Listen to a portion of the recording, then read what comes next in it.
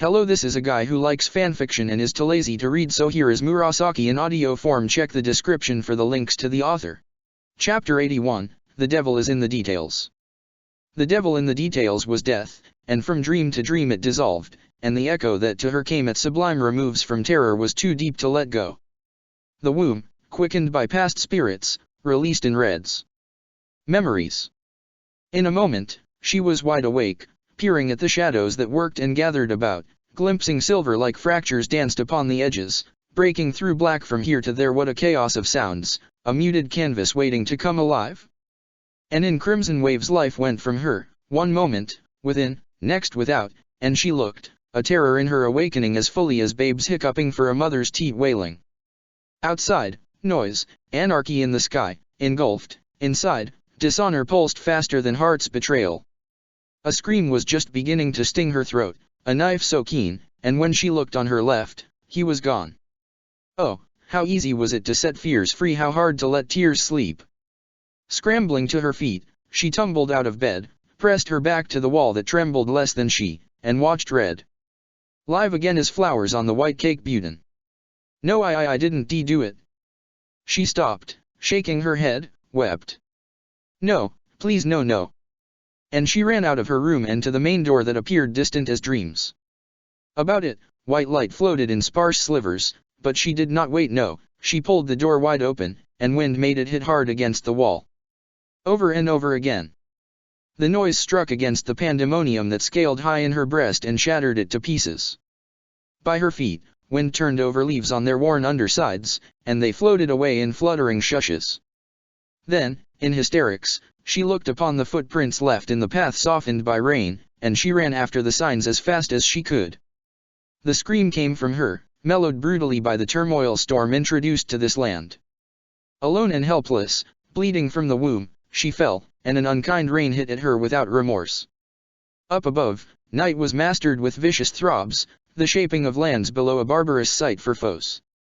And she was but a naive girl, lost, so she slithered away to a tree that stood leaning, weeping, sniveling. "En Naruto!" She screamed, gathered up her legs, trembled. "Help me! Oto-sama! Yet no answer came but a tumult of shaking purples that beat upon the sky, and it gave way piece by piece. Sasuke! She shouted as loud as her breaths could permit, hair tumbling in black ropes over her shoulders, grasping her breast that was beaten by storm and spite. A heart that lost you, the fear that found you.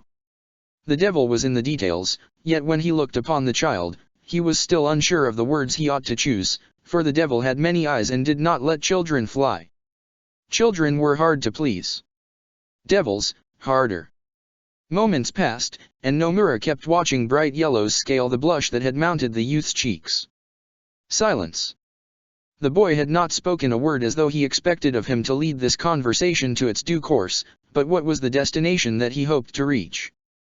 Nomura was apprehensive. A seat in the council? Nomura asked in a manner as though he spoke more to himself than to the boy. Sasuke, but Sasuke did not answer. He did not nod, his eyes, anger-minded, relinquished the black seamless to red ceaseless. Child. Nomura paused, pulled in the deepest breath, looked upon Sasuke again. Why do you want the seat? Through the paper window, a restrained white flashed across the wall, creating a discreet effect of flora that existed outside.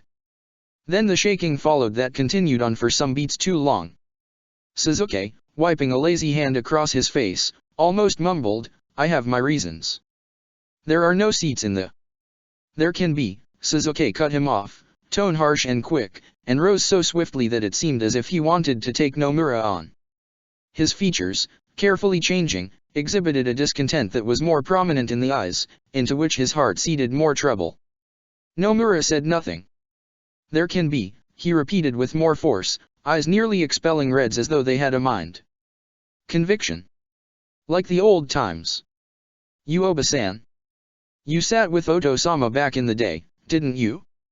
I want things to go back to as they were." Then he smiled, a preternaturally sweet smile, cheeks bedewed by autumn's rain. He was just a sweet, beautiful little boy. "Times are not the same. You must understand," Nomura spoke, an unspoken burden carried on by his voice. Times can change, Suzuki said, voice rising harder and faster than before, impatience enveloping his face quicker than lights. I won't allow Ataka to do what he wants.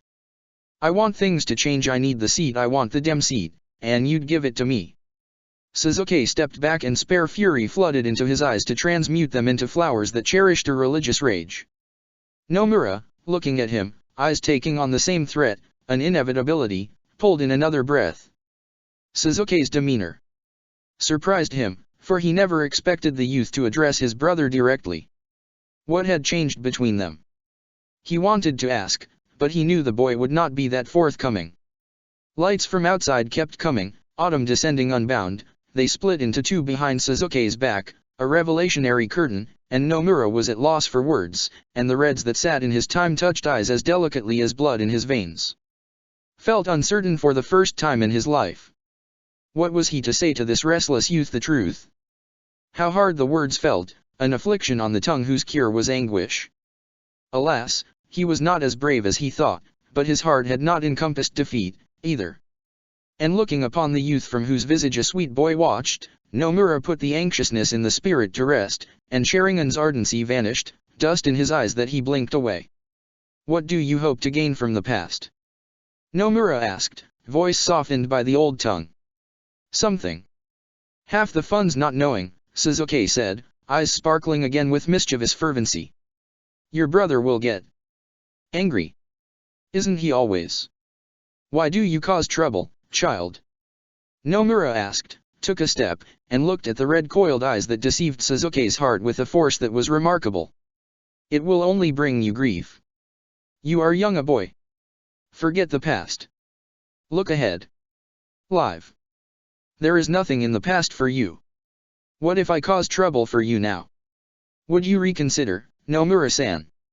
Suzuki asked in a voice that was ominous, its sound a malady for Nomura's spirits, though it excited the sleeping vengeance in him just the same, yet the boy's vengeance was startling, a color in the eyes that was meant to follow the sun till its rise, a legacy the older sibling had all but sullied with betrayal.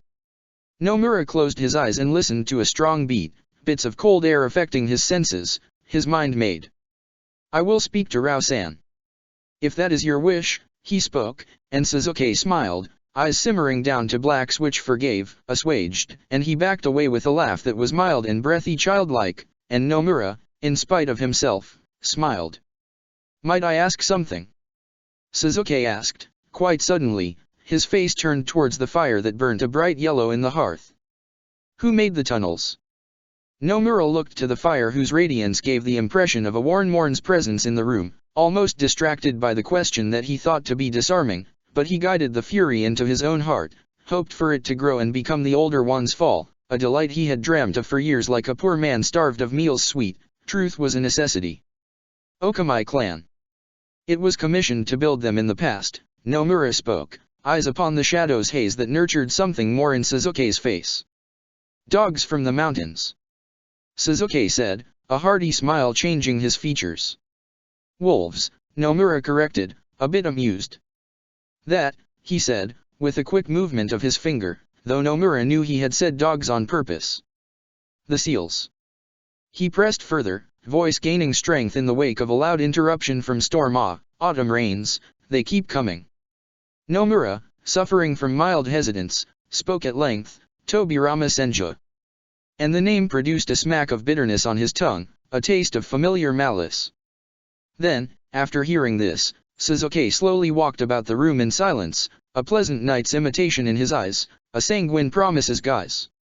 Old scrolls on the clan's fables lined the cabinets, with shadows pristinely sitting on the walls, nothing seemed out of place, not even a brush, a spot, an ink pot. Nomura was a meticulous man more so than his brother, though the artist in him was less sincere than his father. What is this all of a sudden? What is on your mind? Nomura asked, and Suzuki looked to him the way a perplexed child may, shadow sloshing over the wall behind his back as effortlessly as ink does a scroll. A prisoner died. Some months back. I don't know who did it, can't see the seals. At that moment, a particularly loud clatter of sound disturbed the house again, shook it to its last window, the sound passed in smattering beats, akin to a bold heart that had lost speed, each fainter than the last. "Your mother's a deep sleeper," Suzuki remarked, taking a glance at the wall to his left. "The old are less restless." Nomura sighed out, sat down by the low table, opened the scroll in his hand. "You want to know about the seals? The chakra is artificial, I know," Suzuki said quickly, and Nomura stopped reading for a moment to gaze at the vigorous color that looked back to him, with a strength that bespoke heedless conviction. Whose chakra was it? Uchiha's. And there was that smile again, equally innocent and vicious. "Yes," Nomura spoke, letting out the sound as a slow exhalation, surprise tamed by the years his Sherry-non had feasted on. "Madara's, perhaps. It is hard to say. The man left the clan in his youth. His chakra is as much of a fable as he was." "Did Oto-sama know? Did Itaka know?" he asked, and accusation's taste poisoned his tone properly when he said his brother's name. Nomura returned his gaze back to the scroll, a resolve rising in him from the year's keep to take this forward with more care. He was to be the wiser of the two. "Your father knew, but I do not know whether your brother does or—" He paused and turned up the flame in the lantern that, now, it burned as bright as a fallen star a child had stolen in a glass. "He is a quiet man.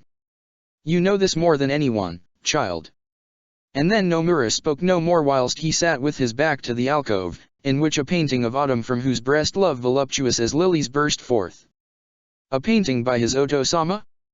How his paints rolled over the canvas of his boyhood, a skin cast off. It was hard not to pay the little designs any mind. Suzuki, knowing that the conversation had reached an end, made to walk when Nomura's voice stopped him. "Will I regret my decision?" he asked, tone solid steel, deep. "I hope not," Suzuki answered, an energetic smile returning to his face, and left.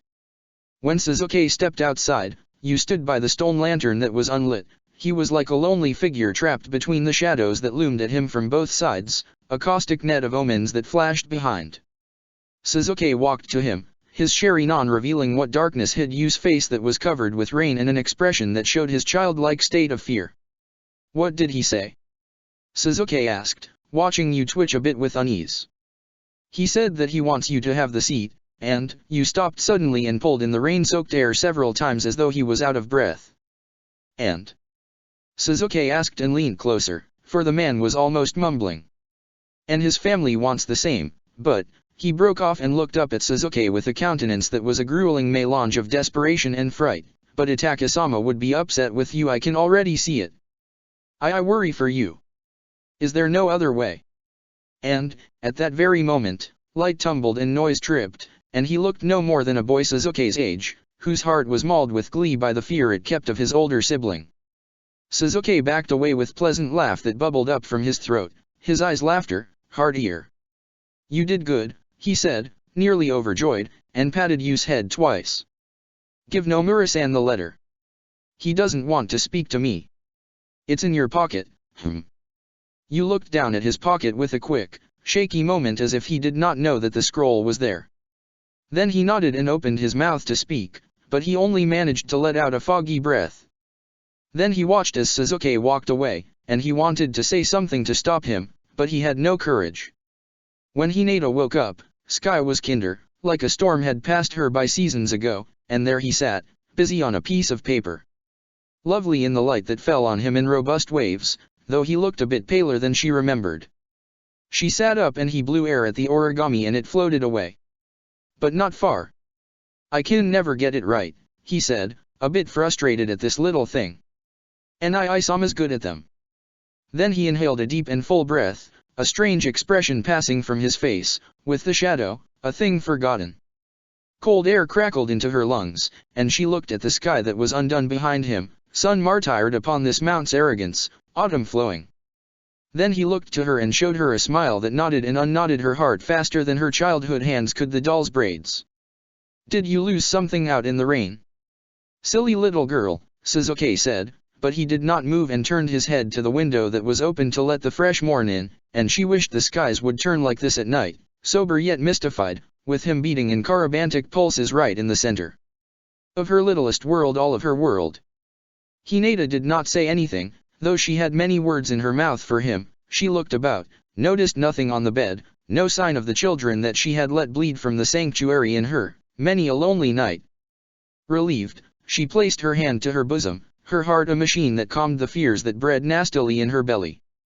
"I saw Niji today," Suzuki said, and stood up and went to the latticed window, and light sparkled through the little rain, stuck between overlapping wooden pieces, that stayed as reflective glass the wind had directed this way.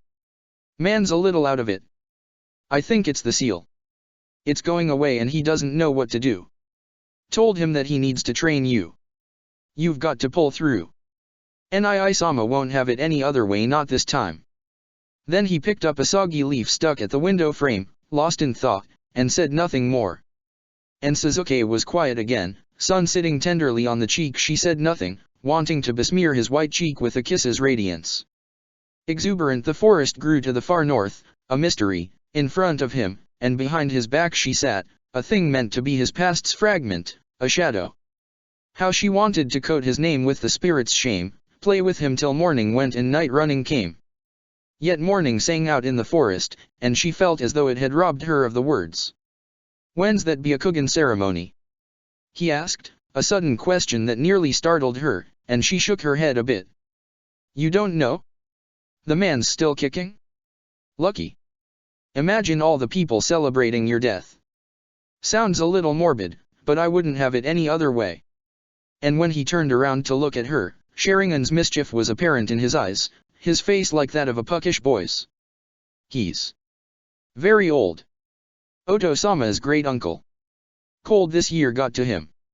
He won't make it to winter. That's what Oto-sama says." Hinata said, voice going under the season's odorous, luscious breeze, felt autumn's chill envelop her with an unpleasantness that made her shiver. "Everyone's got to go someday," Suzuki said, the smile not slipping from his lips, like a decorative effect, and turned a little to look outside again as though the forest's lonely and bleak nature, autumn's gift, fascinated him. "They only do this for the dead no matter how old the Byakugan?" he asked from the window, not bothering to face her. "Why yes, it's been in the main house's tradition for as long as I can remember," she replied and took a breath from the air intoxicated with fragrant rot. You." Unable to whisper any more, she bent forward, long hair a curtain over her love-sapped cheeks. Clenching her fingers, she looked at the clean kimono. The rain was so severe that no mud from the trail was left behind on the fabric. How long was she out there all alone? She could not remember. Then Hinata heard him move, and, nervous, she looked up and found him standing by the table, his hand inside his pocket. "I want you on the grounds before 7. Don't be late," Suzuki said, placed the scroll on the table, left the room, and the gentlest wind, softer than the hawk's snowy down, ran after his steps whilst leaves spun along the stone pathway outside, and she looked onto the door, hair twisting at the brow, dismayed. Hinata felt the main door open and close with a too familiar thud, and a rush of air that followed moved her spirit to despair. A fever of autumn and a dance of mist, what a time to be lost!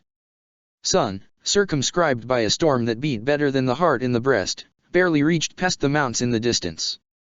In the library, long shadow stripes fell over the two occupants whose countenances appeared marked by its signs.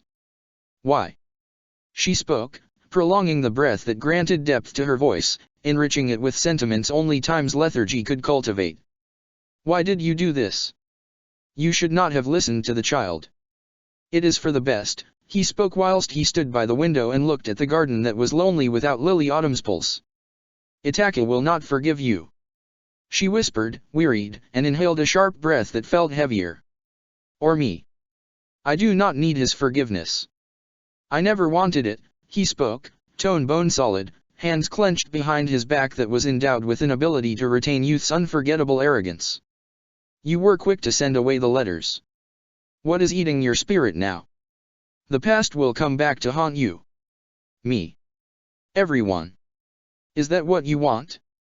Let the wounds heal," she spoke, grooves taking in more shadow to appear deeper and blacker. "The young ones. So quick to favor the little boy." Everyone answered. "Kumiko told me." "Why?" "You know why. They want to see Itaki ruined. Kiryu wishes it the most. Perhaps you wish for it, too. It is only fair to fair, I know. Is it not time to? You cannot forgive him forever. He cut across her in a voice that was harsher than winter's feral callousness, turning around, a fury sparkling through his eyes like caged lightning. You cannot let him do as he pleases. This cannot go on. How long? How long will you allow him to have his way? He is not your son. No, he is but a ghost that deceives you. Nomura. Rao spoke, a striking reproach in her voice, and the name drew up her soul to the last vein that she shook in the air that was too cold to bear her indelible summers. Look back at the past and see what you have done. A wicked boy who walks in your son's clothing was not worth the blood your son's. He was not. He is where he is now, for you have allowed him to germinate a disease that is eating us all to the heart. Nomura spoke, his voice a sound that blared in the autumn-sweetened room, a melody of rain tumbling between his words. Nomura. Rao whispered, a fire lost in her eyes, rendered up like an unwilling soul. I have made my decision. I will not change it. Do as you wish, Nomura spoke, his features cooling with the heart, and turned away. The elders have responded with kindness. I do not expect Sarizawa's family to go against him. It is hard to displease your lord, but it matters not. Suzuki will get my seat, and Itaka will have to endure it. Like a true shinobi. And Nomura moved his hand, his long sleeve flowing luxuriantly, in a gesture so achingly familiar to punctuate his point. You mock him, Rao spoke and looked to the sky, a periwinkle flourishing at the far end, a pristine garth. Was evening descending already, a kiss of night in a spite of morn? Give him another chance. Give him time. He is only a boy who is lost.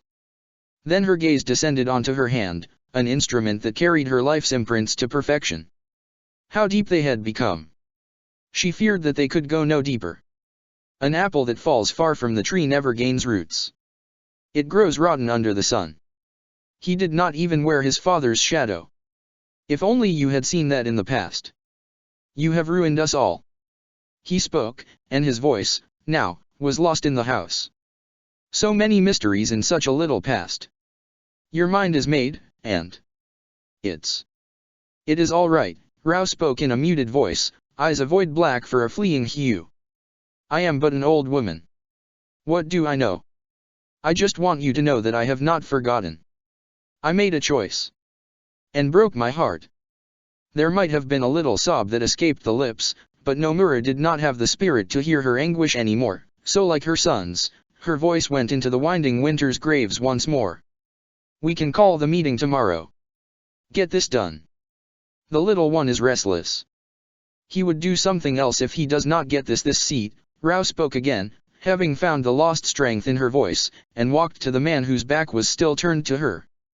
He has his father's fire, Nomura spoke, and she could almost hear the pleasant smile in his voice, see it on his mouth, feel it in the breeze, for he was kind to autumn's callings, unconcerned by its mischiefs. What would you do about Itaka's anger? He would never accept this. Rao spoke and stood by his side, her body breasting the autumn evening's wild little spirit. He would have to if he wants to keep the seat. What if he will not give up the seat? His father's eye no longer watches him. Now is the ripe time to enjoy power. And the smile on Nomura's face was like reminiscing other times of life, lost in the eyes where the passion was stronger, yet Rao looked on, a hazy night biting at the morn with a senseless appetite, a child's canvas right behind the hole crouching under its weight. The devil is in the details. Piteous melancholy, an adulation of things bygone. Man was always in the past, he, more than most. All big and strong, he turned silences into a world and its unutterable reds. The world stood on toes too, yet now it danced, too. Where were the spectators of his art? Pity, they all slept whilst he wept, an unrecognized martyr. Seconds, minutes, hours, days, months, years. Oh, Oto-sama, how long did time run back on and on? And dreaming, sitting by the tree amidst the holt, he watched as the world fell away, and he watched the child's eyes for the entire day. The blacks, like nights that fell on homes that stayed unspoken, looked back, and he wished his love was taken in, an imitation by the sincerest eyes, tongue-tied, the roof-sent eyes spun, damasked with a single affectation, and a primal tone danced from within and came without. Oh, what rapture to be captured in the eyes by the sun! He almost swooned, with the babe playing in his arms. And winter sun-eyed he looked upon the child in his eyes that ought to follow his son. 1. The child said in a little coo, too little to roll the words as truly as an adult, lilies in hand. What's 1 and 1? He asked, reds singeing down to the spirit, blacks going into the body's artifice, a ghost in him overtaken. 1. 1, he said again, smiling with lips summer red, holding 2 lilies in one hand, now busy, busy, busy. Then, after a while, when the little child was tired of playing, teardrops, prettier than the stars that disturbed this night overhead, materialized in the eyes, trapped between lashes, and the little boy child wept, softer tones beta-ubang the cheeks. Are you hungry? He asked, and gathered the boy to his breast and stood up into the shadow that fell all over the hearse, moon an infant in shadow's belly. I'd take you to the lake. It's Itake, a voice broke into his, and it was deep like the rivers he had seen. He turned around and saw his father, who appeared from the coppice, and his father's reds forced his own to come out, though he had put them to sleep for the night. Give Suzuki to me, he said, and took the babe from his hands, mean quiet in the moon that was barely out of cradle, and looked at the sign of maturation in the older son's eyes. He caressed Itake's cheek, but said nothing, a grim shadow driving his gaze's passions out. I can hold him, Itake said, almost a plea, but his father, in silence, started his walk towards the Uchiha village, against which Leaf's lights glimpsed a little brighter. Itake broke into a little run in the wake of the man's shadow, then, stopping by the tree, hair flowing back in tangles, he looked back to the place he had left and saw fireflies that as throbbing hearts burnt about lilies. A maturation in night's wanton mystique, he grew divine his eyes, pulse devil, but the devil is in the details. Then he woke up from the eye's dream and, sitting with his back to the wall, saw a sun just starting to gain sky in the moon's domain. It would be a struggle, but night was his. Getting to his feet, he walked to the boy's room and opened the door and saw red, from the man who was buried in earth's enduring deeps, seep through the mist that came from the garden, but no boy. A bit angered by the boy's decision to not come home at all, he started to get ready for his duty. The day went by in idleness. There was not much to this duty, but a need to guide the unwary to Leaf's threshold. That was what he was taught to do, an art that allowed this land to mother more children. He was always honored, fought against the foes that came at this house with vengeances fathered profanely in the breasts, and he was always ready, armed to the spirit's last bits, hands damasked like the dusk sun's throes. If not him, then who? The immense burden was but a divinity Leaf had delivered unto him, and to his last breath he shall carry it with spirits more joyous than Leaf's hushed springs. Now, he sat by the window, and a moon, growing profoundly upward, let loose its elements upon him that it was a bothersome task to separate his dewy mien from the whites. In the nebulous office where a dim lantern burnt, a Chunin boy, of 16, wept, and by his side stood Serizawa and Kai. He listened to the sniveling some more and slightly moved the fingertips to indicate to Serizawa that he should take the boy away. He obeyed, and, in some moments, he could hear the boy no more. Then he looked to Kai, whose head was bent, hands quivering by his sides, shadow an ink blot that wobbled. He rose up from the chair and walked to him, and Kai's eyes followed the sounds with hopeful fear and miserable anticipation, though he did not dare to look up and meet the other man's eyes. For some beats that Kai could not bear, he said nothing, and Kai, consumed by a hurting fright, bent his head further down. Then Kai heard him release a breath, and the smell of him leached through his senses as though the man was a living fragrance, a delight he cherished ceaselessly ever since he had laid his eyes upon him. So long ago. How many times must I tell you to mind your manners? He spoke, and his voice struck Kai's mind, and all he could do was tremble in so much shame. You are like a dog. You see a lively boy, and you want to bite him, yet you are supposed to be a man. Are you? He asked, tone remarkably inquisitive, and Kai's mouth was clamped open to emit a breath that choked him, as though he had forced something of himself into his orifice, though Kai was sure he did not enjoy the tone that increased the speed of his torment's progression.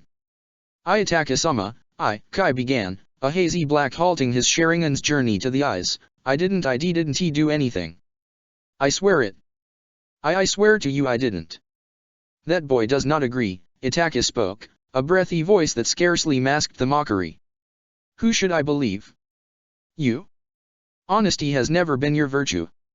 I'm not lying.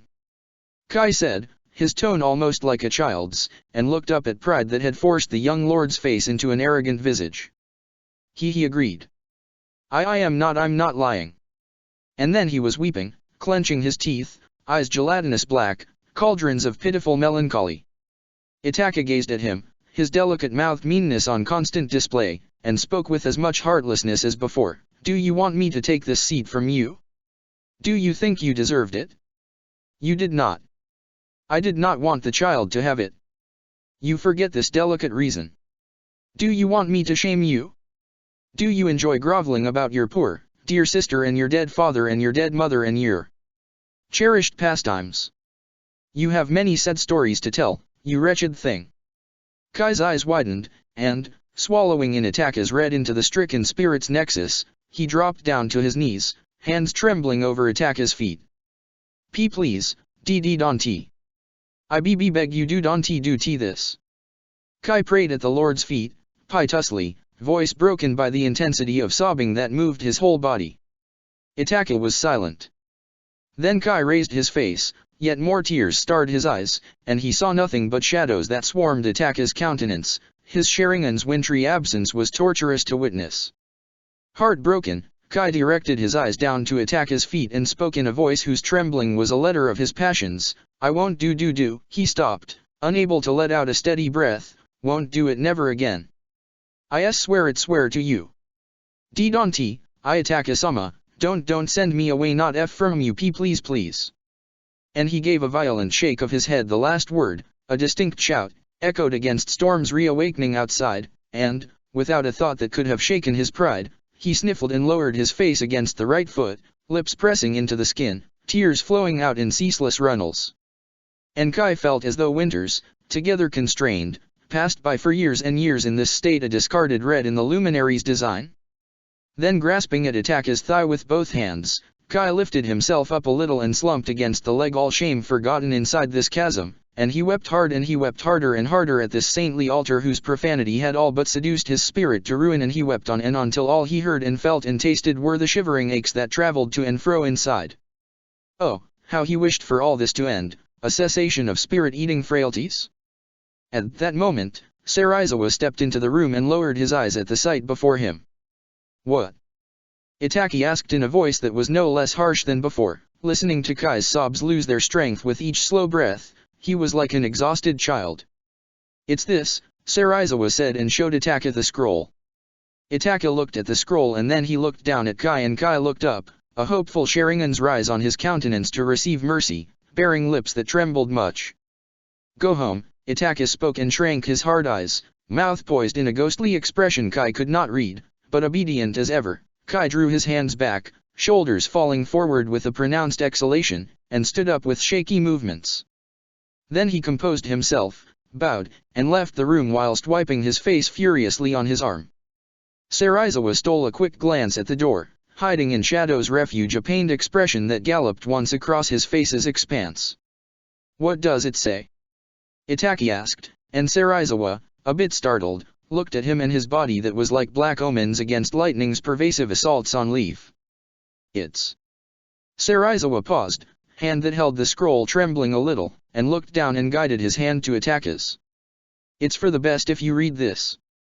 Itaka took the scroll from him and unrolled it and turned a bit to the window that showed Moon's battle against this new storm at the upper corner, and Sharingan's rage burnt inhumanly in Itaka's face, whose too white state made him appear like winter's daemon than a man, red draining from the lips, a fugacious affectation.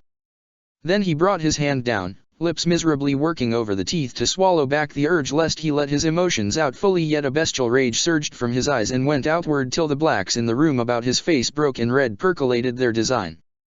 Casting one look upon Sarizawa that was full of loathing, Itaka left the room with an arrogant gait. Itaka-sama. Sarizawa called out behind him, but he did not stop, and fearing the worst, he went after the angered lord, his walk uncertain. When Itaka reached the elder's house, it was meek blacks and deep whites into the night, and the faces bearing mountain that stood crouched under sky's uncertainty all but cowered in the face of a receding storm. Not wanting to wait any longer, he went inside from where the voices originated. One of them belonged to the child, and hearing that, his heart changed and anger came back to taunt it to a quicker pace.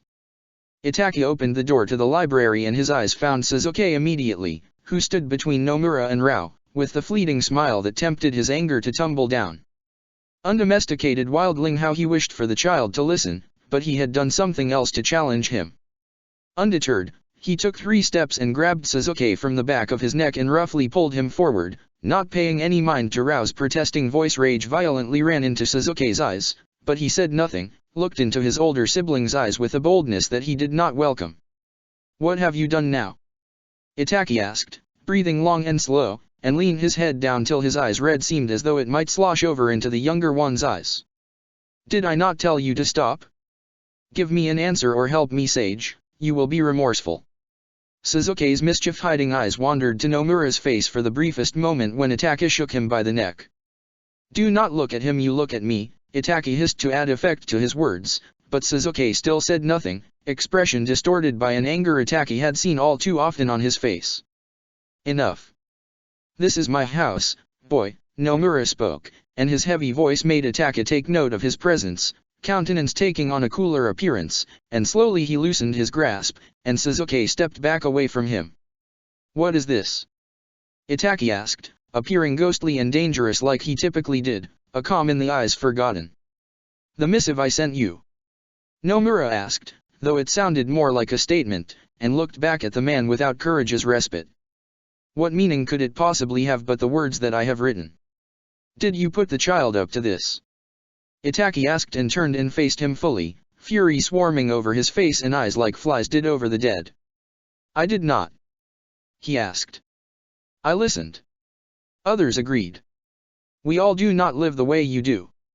Terrified of your own blood." And the ghost of a smile that danced across Nomura's lips inspired more rage in Itaki that his nature could breast it no longer, and he had not felt this way in so long, an unease that attacked a winter's heart in the multitude over and over again till the spirit in him wanted to flee and set things into fright, like a knife wrested from a child's hand. And chaos of flashes and night rushed through the lattices and left lasting imprints across the walls, which elongating into stripes partitioned the room into sharp whites and shallow grays, black runnels in between. And, in the midst of it all, the eyes located the boy, and he made a little movement towards him, but Rao stepped forward. "You knew of this?" Itaki asked, stopped, looked, a man's heart in him rising to a fevered state. "Why are you against this? What is this all of a sudden?" "It is nothing you have not seen, child. Your anger. I do not understand it," Rao spoke, a calm in her voice that did little but rouse the ire in Itaki more and more. "My anger?"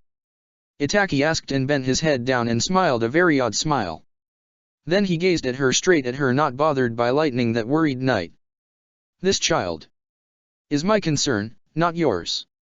Fury drawn by this artful lure, Itaki looked at the boy again and spoke, a voice in whose sound a command resonated, "Come, now."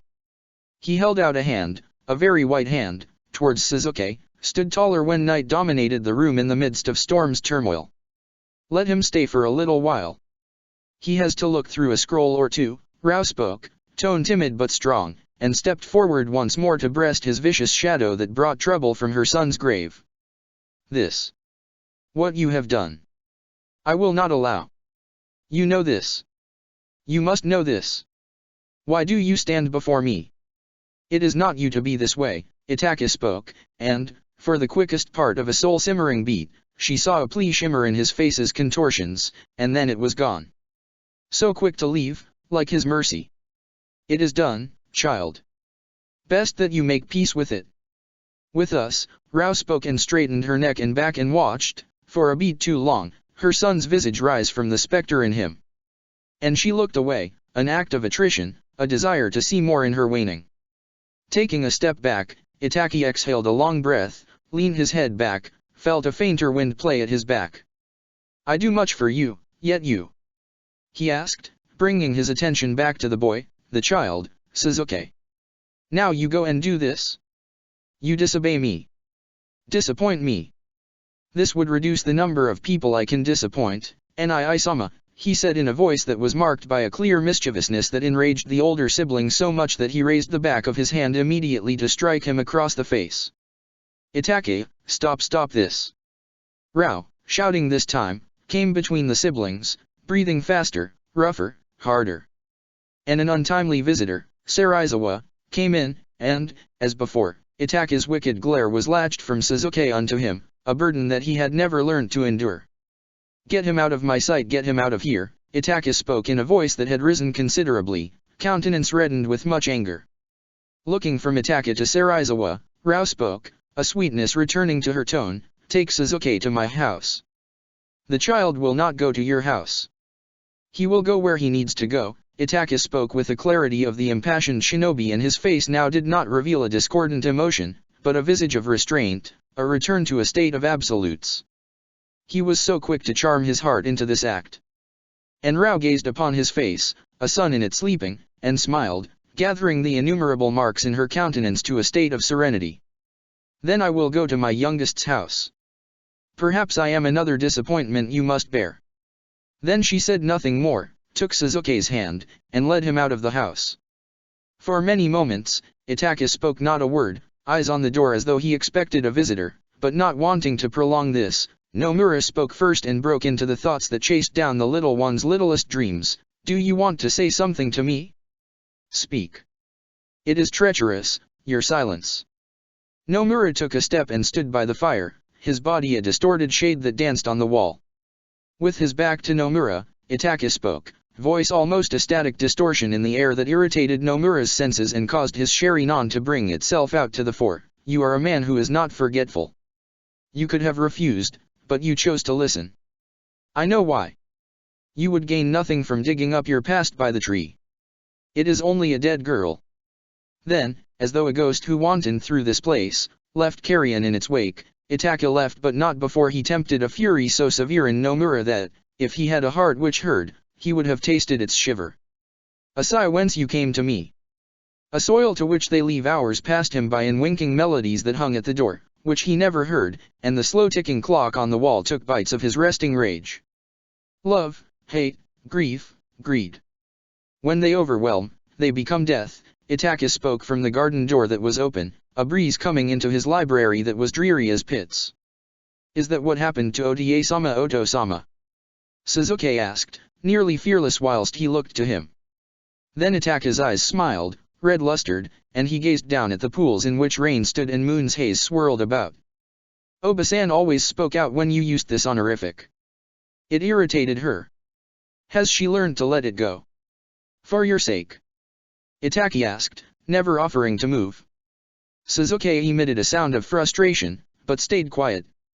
His older sibling's anger had been cooled by time's stranger mechanics. A trip between two houses, it was best to leave him be. Then Itake placed his hand on the wooden frame, and, like a white mark, it caught the eye's attention, and now, he was smiling, closing the eyes, breathing in the air deeply saturated with the scent of lilies and winter's poison in wings. "I am sure that living with me is unbearable, but you would just have to endure it, child," he spoke in an odd tone that whispered, a stark hue going down his nose to the lips bow, kissing it. "Go to your chamber. Do not leave without my word. I will speak to you in the morning." And Itake titled his head to the other side that Suzuki could no longer see his face, and in the moon he stood, skin an imitation of its white. Feeling lost, Suzuki turned away from his brother and went down the corridor and listened to the rain that made melody, though its ferocity had gone elsewhere. For a moment, he stopped by his father's room, hesitant, but then he chose not to visit him, not yet. And out there amidst the trees that susurrated under the wails from storm, Toshiro stood by an old grave, a very old grave. He had come here with a sense of accumulating speed and transport, to see the stone he had seen 1,000 times, to spite it 1,000 times more. His eyes, wide and crazed, though a mask hid his face, looked on at the man hidden crushed behind a stone. He liked being rude to the dead. Then his eyes bulged and a wetter spot began blackening the front of his pants, and spiteful still, he opened the fly and urinated on the stones, watching, laughing. As the yellow arc disappeared into the rain that dripped from leaves overhead. How silly all this felt, how satisfying it felt. Then he fell back, his laughter dying down, mask slipping from his face. Hackles rose, pupils dilated, a cold coming into the lungs. The darkness. Swallowed rivers amidst forests set a quiver, a funeral veil that about rain fluttered. And he felt lost before he was lost. The stars, the stars. Brother, look at them. Don't you miss this? Look, look, look. He exclaimed, throat burning more so than the eyes, green lightened by love. And Storm's breast had opened wider and there was a little shine in the sky, a star, and when rain went into his eyes and flowed out, he could not see why this sky was any different. Chapter 82, Diaries of Spring Part I. Spring. Yes, it was that when we came to Leaf. Gosh, I don't remember. When was this? 15 years? The mountain. I remember liking the faces in the stones, big wooden houses, shinobis walking out in the open. Where did this all happen? It was strange, cause my ma had told me that things were different in the shinobi village, this village that they called Leaf. Leaf. Strange name. I'd thought, but what does a child know? Under the leaves, hidden by the leaves. No, it was hidden in Leaf. Odd thing to call a village full of warriors, but I was beside myself. Ran from one shop to the next, ma and pa in tow. Children are energetic like that. The onlookers thought that my hair looked odd, but they didn't look. They stared not at me, but at pa, his dirty hair, hands, face, and a messy bag he carried on his back. I didn't make much of it, but what does a child know? I'd forgotten much, but I don't know why I remember the eyes. A glint that made me feel little. Too little. What's there to write? I don't know, but she told me to write, so I will. I don't know big words. No one in my house knew big words. I was always lost in the streets, carrying things my father made, and he made good, sweet, warm biscuits from barley. From street to street, back in our old village, everyone loved them, everyone. A family business. He'd say and show me really big teeth that were straight and clean. Often, he'd sit on the floor and get dirt behind his nails, in his hair, on his face. He didn't care, and I didn't care, either, not back then. Our house was small, too small. A little room where we all slept, a kitchen by the garden, and a place for us to sit. We grew things in the garden, little herbs pa would make medicines out of. Sickly. Bitter. Stinky. They make 'em well.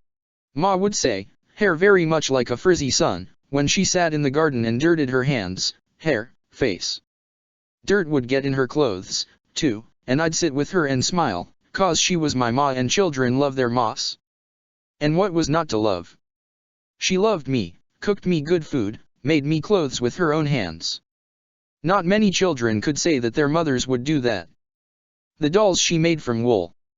She'd give one to me on every birthday that now, I had 6 of them. I'd kept each one nice and clean in my trunk. Then summer started, and it was never the same again. How easy the world is to a child. You can't know everything, and at night, I'd sit in the garden and look up at the stars and think long and hard. Silly things. Can I get one, give it to my mom, my pa? Fly and go up and up there into the black dream.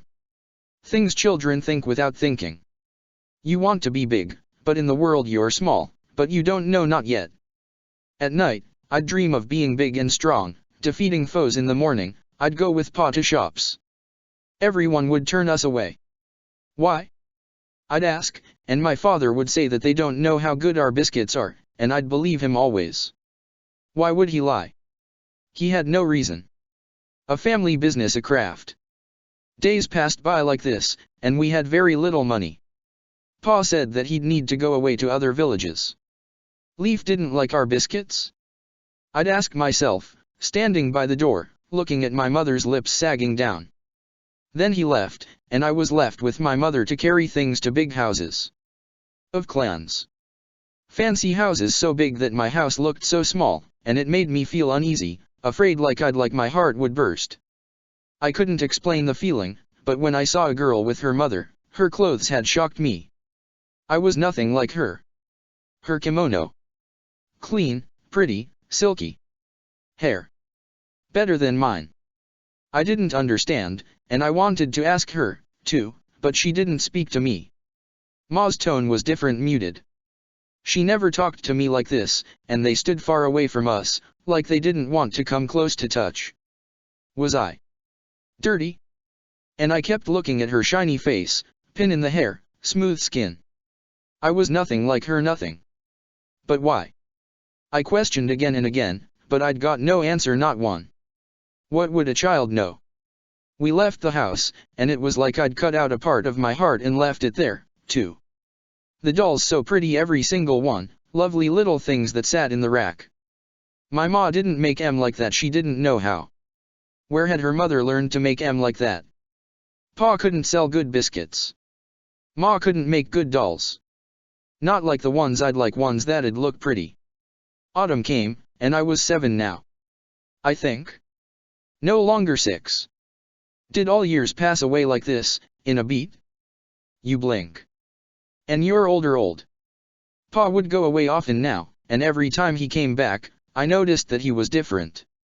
I could see lines in his face. They used to go away, but now, they began to stay more and more, and the dirt in them made me feel like I had to hide, run away somewhere. So I would, 'cause I could. Isn't that what it was all about, what you could and couldn't do? Growing up was supposed to be happy, but I began to dislike everything about me.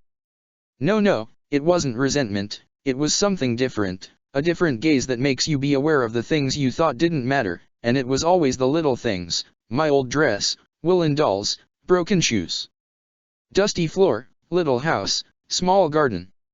Why wasn't I like the other children, Shinobi's children? Why was everyone unfair? I didn't have any answers, and my ma and pa didn't have them, either. I could never ask, they could never tell.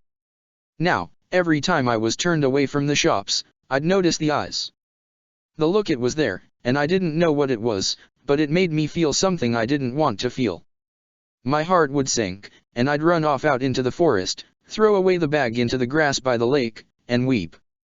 I'd tremble and I'd cry and I'd look up at the stars again, and I'd wish harder and harder, that one day I'd pluck one from the dark and sell it and go far away from here. Somewhere where I'd be happy. Then I'd wipe my face clean, smile, and make up my mind to do just that and return home to my worried ma. It was a very black night when I'd finally learned something, my mother making a little dress for me from pieces of old clothes. She smiled and put it on me, and I felt like an old cloth, too, pieced together, bit by bit. And I looked at my feet, and I couldn't see them, 'cause I was poor. For the first in my life, I'd found out that I didn't belong. Not in a village of proud warriors. Winter in Leaf was cold, a thing I'd never experienced. It ate into my bones, and the feeling was like death. I didn't know what death was, not back then, but my heart would never sit still. The house was small, so the wood my father brought home warmed it up quickly. We'd made a little money as many children got sick from cold. What was cold? I didn't know, but their noses ran, and it looked dirty. The herbs pa had grown all spring were dry. I could no longer see the pink flowers. A little black, they crumbled away in my little hands. I helped pa with the tea that, as he'd say, was enough to chase away the cold. Many came to our house, grunt shinobi, not the big ones. And one told my pa that I should become a shinobi, too. Could I? I'd asked not my pa, but myself, but he'd laughed, not knowing what to say to the shinobi.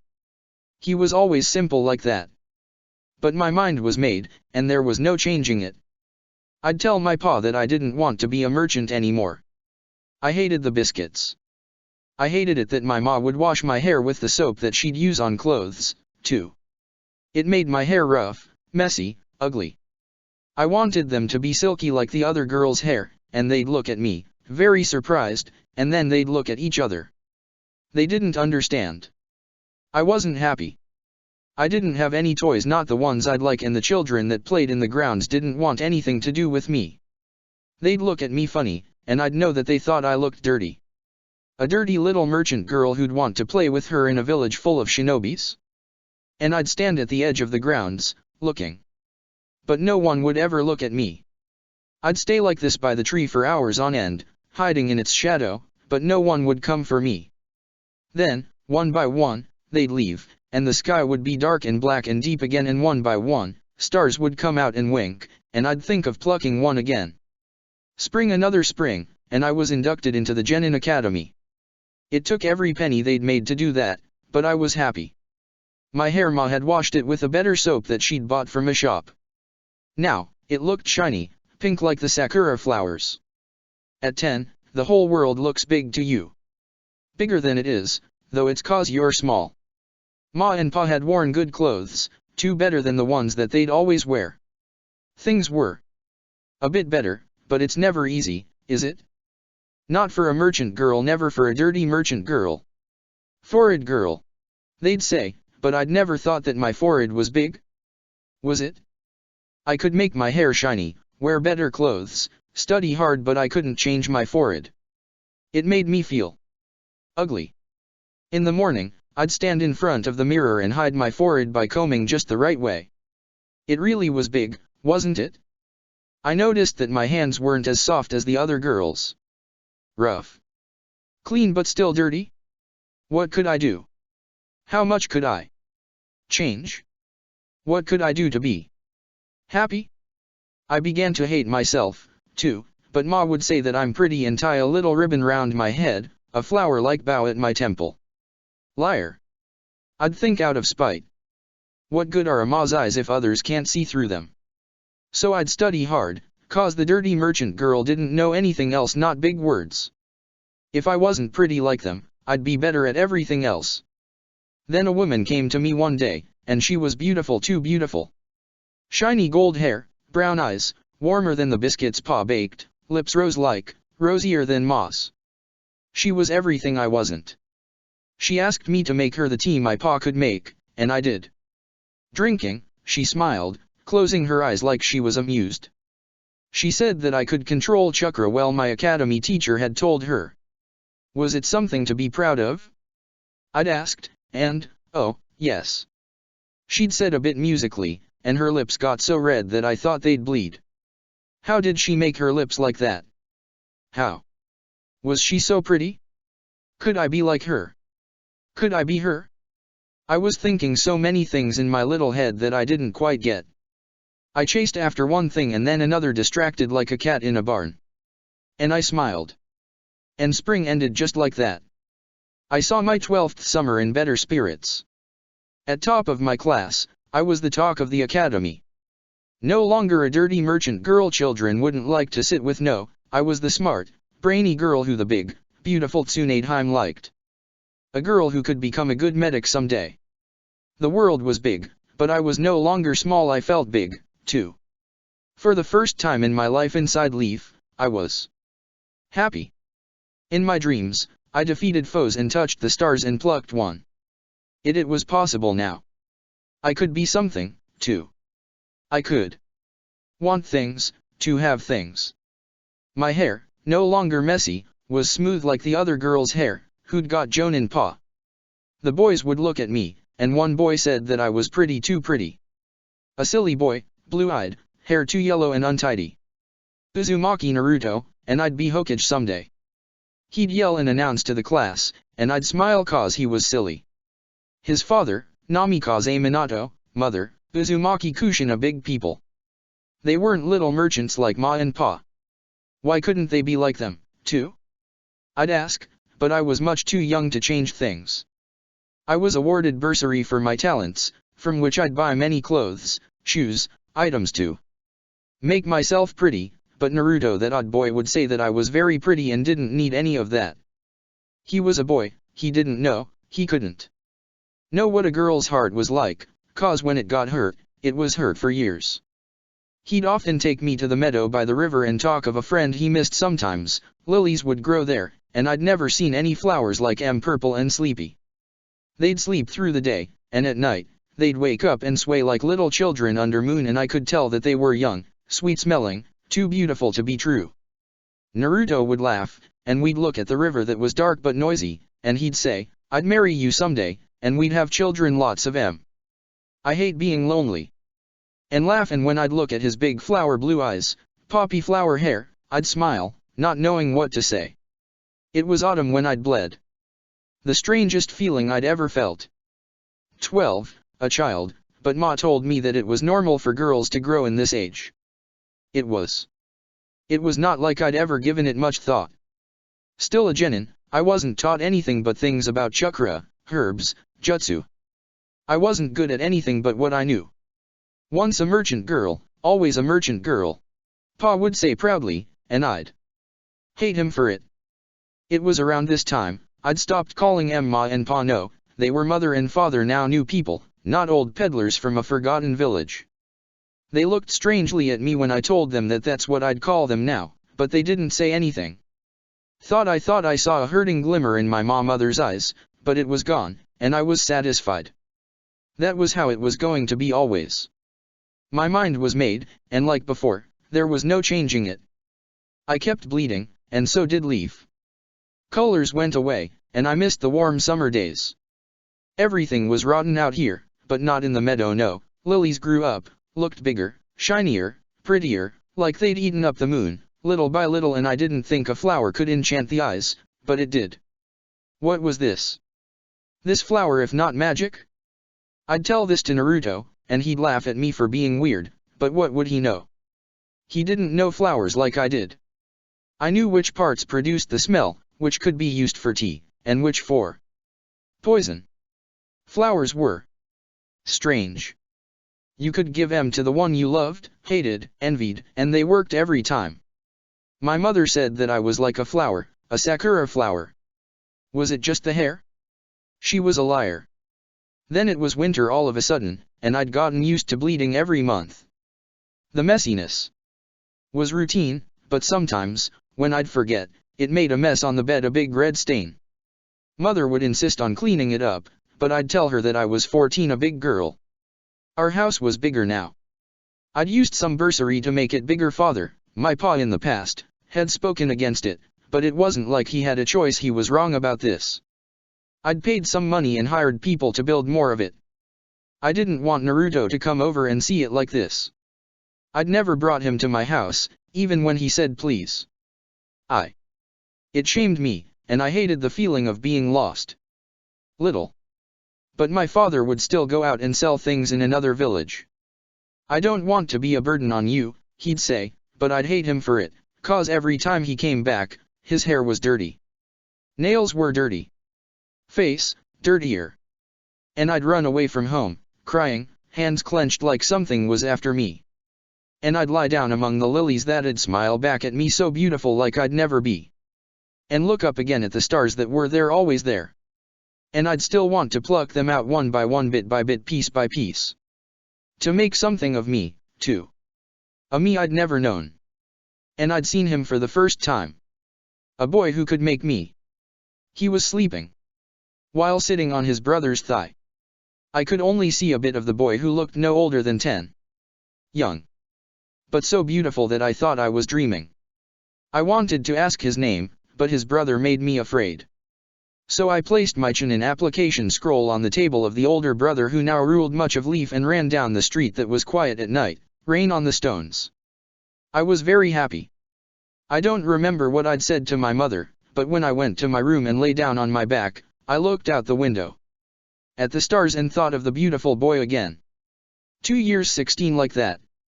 Spring was long gone, sakura withered away in autumn's angry storms. They'd begun to stay more and more. Winter was not far, and I went home less and less. I'd rented my own apartment. My house, I resented its smell. Everything about it. I didn't miss it one bit. My mother insisted that I'd stay, but I couldn't bear to look at my father's dirty old face anymore. He'd come by the academy, and I'd begin to feel small in the people's eyes again. I hated it, hated everything about it. Why couldn't I run past this like everything else? Why was I still a girl that I thought I'd left behind? Why wasn't I just a good medic like Tsunade-sama said? People always remembered, they never let you forget. Never. Kushina, Naruto's cold mother, pretty as fairy tale queens. When she looked at me, her eyes made me feel the littlest that I'd ever felt. They swallowed me whole, chewed me up, spat me out. I wasn't good enough for her son, and why would I be? Dirty merchant girl from a family of Harano peddlers. I'd think to myself and smile a brave smile that hid much of what I wanted to hide. It wasn't like I could change her heart, and just like that, my dreams of marrying Naruto were broken to pieces, but I'd made peace with that. That it was just not meant to be. All around me, things changed and girls talked about sex, boys, too, but Naruto was like a little boy. I couldn't imagine myself lying close to him like that, letting him in me. He was unhappy that his mother hadn't liked me, and just like that, I was back to being a dirty merchant girl again. He cried, buried his face in my lap, and told me that he'd ask Sasuke to keep him when he'd come, but his brother was an evil fucking bastard. He'd yelled out between hiccups and startled me. Sasuke. He talked about him often, but I'd never seen him. An Uchiha. Naruto had told me one rainy day when we sat under a big tree, but Sasuke stayed in the big Uchiha village, and his brother, a very evil fucking bastard, something Naruto never let me forget, hadn't let him out in years. What a strange brother. Naruto told me that he was lonely, but I was always worried about myself to notice anything. He had good parents, big house, shiny clothes. Why was he sad? I couldn't understand, never could understand him. Then he jumped up and yelled, Sasuke, and ran towards a silhouette that loomed up from the bend of this meadow. And I got up, too, went to the boy. And when I saw him, my world was never the same again. Part 2. My autumns. Not the same again. Never the same. Looking at the boy like I was under a spell, I knew that I'd seen him sleep in the dark before. A dream, wasn't he? I told my heart, 'cause I didn't know what I felt, not then, not now, not ever. Some things are very hard to say. Even now, I can't tell, don't tell what's it like to be in love. Some things are too dear to your heart to share. Secrets you want to keep forever, and he was mine to keep maybe forever. He stood in the light, so young, sun on him. Sweet milk white. Black hair. Eyes. Night skies I used to look up at and hope with all my heart to reach, but never could. Beautiful, too beautiful, like perfect dreams I used to make as a little girl who'd come with many dreams into life. Even now, I suppose, 'cause you never lose your dreams, they lose you. I didn't know I'd stopped moving, breathing, speaking, and he looked at me once, and my heart made a leap so big, bigger than hungry cats at scared birds. Didn't even smile and looked away, and I was heartbroken. His eyes, stars in the face, didn't make me feel little, no, I felt lost, like I was meant to be lost. Naruto dragged the boy to the tree and made him sit down beside him, and then he kept talking and wouldn't stop talking, and the boy, Sasuke, kept listening, but I could tell that he'd grown tired of listening. It was always the same with Naruto, pleading, begging, hoping, a little sad, I'd think, but I wanted Sasuke to speak to me, to say something. Anything. To calm my heart. I'd never been so happy, and I didn't know why. Here was an Uchiha boy I'd never met before, and already I wanted him for myself. Was it selfish? Maybe, but it was fair, I thought. It wasn't like I'd asked and he'd refused to be with me. And like foolish children, I'd begun weaving my dreams, faster than my mother wove woolen dolls, hand moving towards his, comparing his skin to mine. That was rough, dark, dirty, unlike his. He wasn't poor, I could tell. 'Cause he looked like a child prince from fairy tales, no, lovelier than the child prince from fairy tales. So unfair. I wanted to grab hold of his hand while he sat quietly like a bored adult between the two of us. Looked at the sun sinking, eyes pieces from nights I'd always loved. Then, without thinking, I'd touched his fingers, and he looked at me. No expression in his eyes, stood up, and walked away, with Naruto right behind him, yelling. And I didn't know what I'd done wrong. Were winters always strange? I'd soon realized that Sasuke, that beautiful Uchiha boy who was cold to me, was everything I ever wanted to be and more. Gifted in a way no one was, he learned everything just like that. He already knew how to cover metal with chakra, elemental chakra, too. But how? How was I not able to do this, but he was? And in a week, he overtook me and went so far ahead that all I could do was look at his back and hope. Dream. I tried and I tried and I tried, but couldn't reach where he was, a star in the night I wished to touch so badly. It was like I took one step and he hundreds, thousands. And I was back to where I was before. A girl forgotten. And he was the apple of people's eye. Big men who came from other villages to hire him for big work, and I was little. Again. And I'd worked so hard, harder than everyone to reach where I was, and now, I was tossed out of the place that I'd thought was mine, was meant to me, mine, a place I deserved. Why was this so hard? I'd thought no, hoped that my wits would be enough to win everyone's heart, even his. But I came to realize that that wasn't something he'd need. That I wasn't something he'd ever need. Nothing caught his eye. Not even me, a girl who Tsunadeheim loved. He sat in the corner living in his own big world, and from my little one, I'd look at him and wish that he'd look back at me, too. And hours would go by like this, and he wouldn't see me for who I was, a girl who'd given him her heart. Strange, isn't it? Yes, very strange. But when you don't belong, you struggle to belong. Perhaps this was what it was, a fight to belong, and in his world, I wanted to belong, to be something special in his world, like he was to others. And spring came, and I'd become too aware of the fact that I was 17, ripe for sex. Was it him, me, my dreams?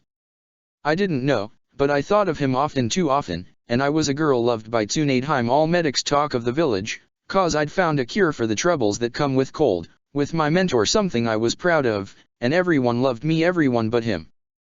But I still fought with his heart and his cold ignorance of my being. Hoped that, someday, he'd think of me, too. Even a little. On some days, he'd come to the meadow, beautiful like I'd never hoped to be, and sit down under the tree, and Naruto would sit between us, a summer between spring and autumn. He kept us apart, and I'd listen to them and look at him, but he'd never look at me. It was then I'd noticed, with a fascination, that he was taller than us both. At night, I'd lie down in my room, not look at my parents' letters that lay scattered on my table, untouched, ink still heavy on the scrolls, eyes on the sky that was his eyes. And it got cold, so cold that it hurt my heart in ways I didn't think possible. Why didn't he look? Why didn't he speak? Why didn't he like me? Was I really so dirty? Was I still the same merchant girl that he'd never love? I'd toss and turn in my bed all night. I couldn't sleep like I could. Sleep was easy, it always had been, but he was a thief and he'd stolen my heart and he never gave it back, and then I'd close my eyes and dream of him. Kissing me, exploring me, coming into me. I couldn't have him, my dreams could, and a scent of autumn would drip from his eyes, so real that that place would ache more and more till I'd be forced to touch it, weeping. And boys came to me, hoping that I'd spread my thighs and let them in, but I'd made up my mind that I'd give myself up to him, only him, 'cause he was who I loved. He was a boy, so even if he didn't love me, he wouldn't mind, wouldn't turn me away, would he? Oh, what a fool I'd been, 'cause I didn't know big words, and in the forest I'd confessed, tears in my eyes, and reached down and touched him where boys liked to be touched, but he didn't like it at all. That was the first time I'd seen his temper, and it was terrifying. Pink appeared in his cheeks, and he narrowed his pretty eyes and hardened his mouth, and then he told me never to touch him again, not ever. I'd never heard him speak like that in a rough voice, but he turned around and left, but not before his eyes threatened me red as murders, like he wanted to take my life. And I sat there all alone, crying in the grass, more lonely than I'd ever felt in my life. 18 and hopeless in another spring that was shorter than the last. A year had gone by like this, and I learned big words for him, so I'd read the things he liked, poetry, stories, paintings, and mimicked the things in them that I'd never understand to catch his eye. Dreaming of him wasn't hard, but dreams are easy, and that was enough to hurt my heart. He'd become a chunin 2 years before us, but he was put into Team 7 led by the Jonin Kakashi so that he'd learn more. He stayed away from me, learned writin', and went home as soon as our little missions were over. I'd go after him and watch, from the shadows, his brother standing by the Chunin Academy's gates, white and dangerous and cold. He always terrified me. But not Sasuke, who'd smile like I'd never seen him smile, and unknowingly, I'd smile, too, 'cause he was too beautiful and 'cause I loved him so much. And I'd whisper, farewell to him, the only way I knew how to love him. Hopelessly, I'd think. What would his lips taste like? They probably felt sweet, maybe a little bitter, 'cause he liked wako ucho without pairing it with sweets, Naruto had told me. I'd believe silly things like that, hoping that he'd let me kiss him hard on the lips, a kiss. A thing that'd make me happy. And I'd send him secret missives with a fancy name, careful with my words, tender, as one painter had said. But he didn't read more than 2. Why was I unable to make even a little space in his heart? Was it so full that I had no place in it at all? And this thought would hurt me in a way people's eyes never had. I was so little to him, so little that he didn't even care about hurting me. Yet I'd gone to him again and again and again. He'd rejected me over and over and over again. I was a medic who Tsunadeheim loved, but to this boy, I was little. Nothing. And after I'd grown tired of his coldness for so long, I'd given myself to my mentor, and it was the spring that had hurt me the most. 19 autumns, 19 whole autumns. They came and they never went, and they hurt leaves, springs and summers equally. The longer they stayed, the longer I'd dream of him. It was like my dreams had become his ghost's home. He haunted me while I was awake, and he didn't let me rest while I slept. Cruel, he was just cruel. To the meadow, he came less and less, and I'd often find Naruto, sitting among the lilies, head down, crying his heart out 'cause he felt lonely, and I'd look away out at the river and weep in whispers, not for Naruto, but for me. He had everything. Why did he want to take Sasuke for himself, too? Maybe it was Naruto that had held us together. Maybe it was always Naruto, and I'd only been a fool. And I'd wanted to make something of myself with my mentor. Maybe he could be the one who'd made me bigger than I was, but, like always, it was just not meant to be. He was killed in a skirmish, and I was alone again, alone and hopeful for a boy who didn't love, long for me. I'd embraced Kakashi, hoping, perhaps believing that that'd change Sasuke's heart, but it never did. Had I wished for his anger, a spark in his ego that all men had? And I wanted him to say something to me, anything, be angry if he wished, but he didn't care enough to hurt me like I mattered to his heart. His indifference broke my heart more than his anger. And you can only make some time for yourself, not all time, but it wasn't as if I'd ever gotten a piece of him in my time and me. And then he turned 15 and went away into Umbu, and our worlds grew more apart than ever. And I was left to dream of him at nights. Angry and hurting. Part 3. Winter 19 cold. Years I'd spent longing for things. Him. Like always, it was like I wasn't meant to have not him. The more I ran, the more he vanished. Into the future I couldn't see a tomorrow in his world that didn't welcome not me, never me. Was I only meant to chase, not have? It hurt me, he hurt me, Leaf hurt me. I hadn't come here to want, only want. I'd thought that, someday, I'd have the stars in the night, run away. Far away, but what good was that far away that didn't have him? And me. My world wasn't complete, not without him. Dreams of us against the world, things little girls dream of, things I'd dreamed of, too. But dreams are easier to proud shinobis, not little merchants. So I treated him like a treasure I'd guard in my heart until he should be mine, only mine. So I kept waiting and kept sending him missives, this time with my name in old ink. To which he never replied.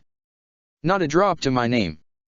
But I'd still try to reach his heart, with the big words that I'd learned in books, words he liked, words I'd come to live with 'cause that's what he loved.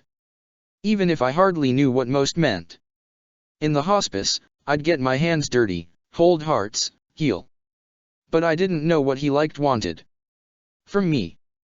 Things they never teach you in books, so I felt more alone than ever, like he'd killed me long before my time, and inside me, I'd begun hating. 20 autumns heavier than 19 autumns on my heart. So alone that I'd stopped going to the meadow 'cause the lilies reminded me of him, beautiful, sleepy, and cold. Ignorant like him, and I'd not stepped foot in my house in so long, didn't want to see my parents, not when seeing them caused me shame. And I'd run away into the woods on lonely nights and find myself among the lilies again, lilies that I loved and hated equally, and anger in me had taken root that wouldn't let go, 'cause when you don't belong, anger is the only balm that soothes the heart. It was this autumn that I saw him again, a feeling in me I can't explain, not even now. When he returned, he looked sad. Angry. Like something inside him had broken, but what? I'd ask myself, but it wasn't like he'd ever tell. And I noticed that youth had changed his face quite a bit, no longer a child, not a man beautiful like in my dreams. He'd stolen my heart all over again. And I was helplessly in love. So I went to him, stood in his shadow, looked into the eyes that ate up my world, greens in my eyes, springs in love, and he was taller now, but I liked him more this way, thought of the dreams in which I'd tiptoe, wrap my arms round his white neck, and kiss him full on the lips, something I'd always longed to do. But he was colder now, angrier. I noticed that my confessions irritated him now more than ever, his blood boiling in the eyes, and I didn't know what to do, how to make his heart mine, make him mine. Why was this so hard? A merchant girl was always a merchant girl, after all. A tired spring 21 short, warm, sweet, but his coldness had infected me that I saw no joy in anything. Days passed by, and I'd stopped caring. Sick died in my arms, but I had no tears for my peace, not like before, and running after him had killed me piece by piece in a way that hurt me so much. When you're young, you want to steer the world with your own hands, but you're smaller than your own world, too small to fill up the dreams that haunt your childhood nights. And when he looked at me now, his red eyes crushed me, my peace, dignity, love. An Uchiha heir and a dirty merchant girl. What a silly thing to think. But the dreams were mine, so he could be, too. A thought I'd not given up, a thought I'd never given up. So he stayed away, not seeing me, and I worked hard, very hard, to gain a piece of his love. Was it worth it? It was, he was, I'd keep telling myself, smiling, loving, not knowing how hard life can be when you only fight to make yourself into something you're not. But was I ever someone I'd want to keep? No, never, not ever. Suzuki, you've come home early, I ask, smile, kiss him. Yes, I've come home early, I'd stay with you today, we'd go to the meadow by the river, he says, smiles, kisses me.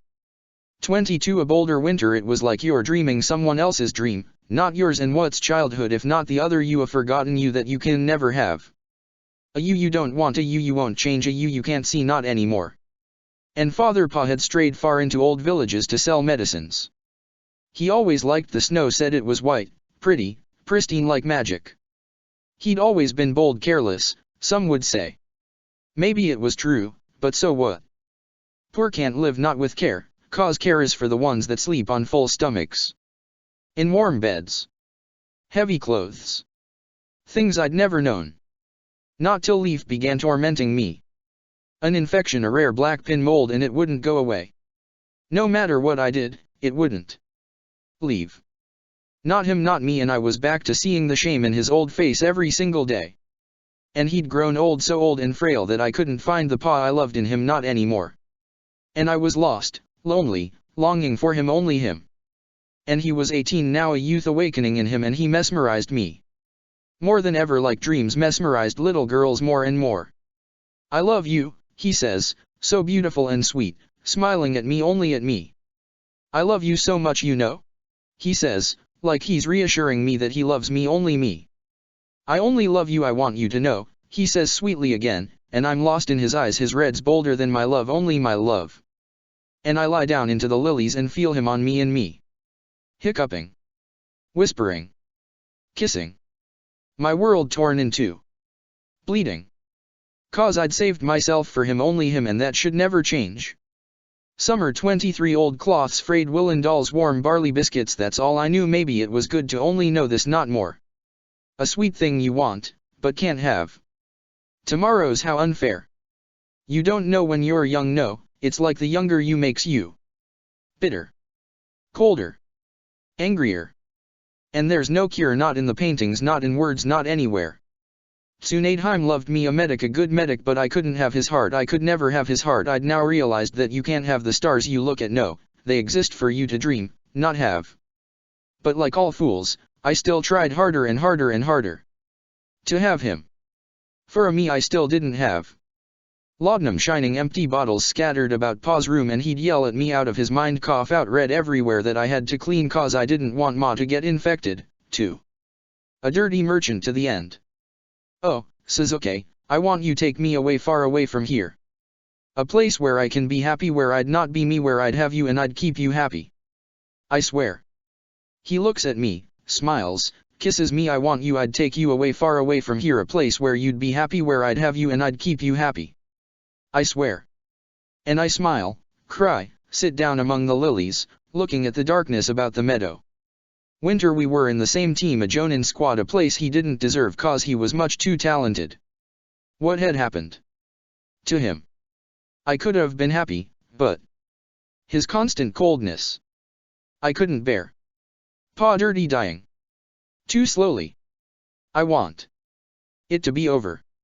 Nothing. No kinjutsu works. What is this mold?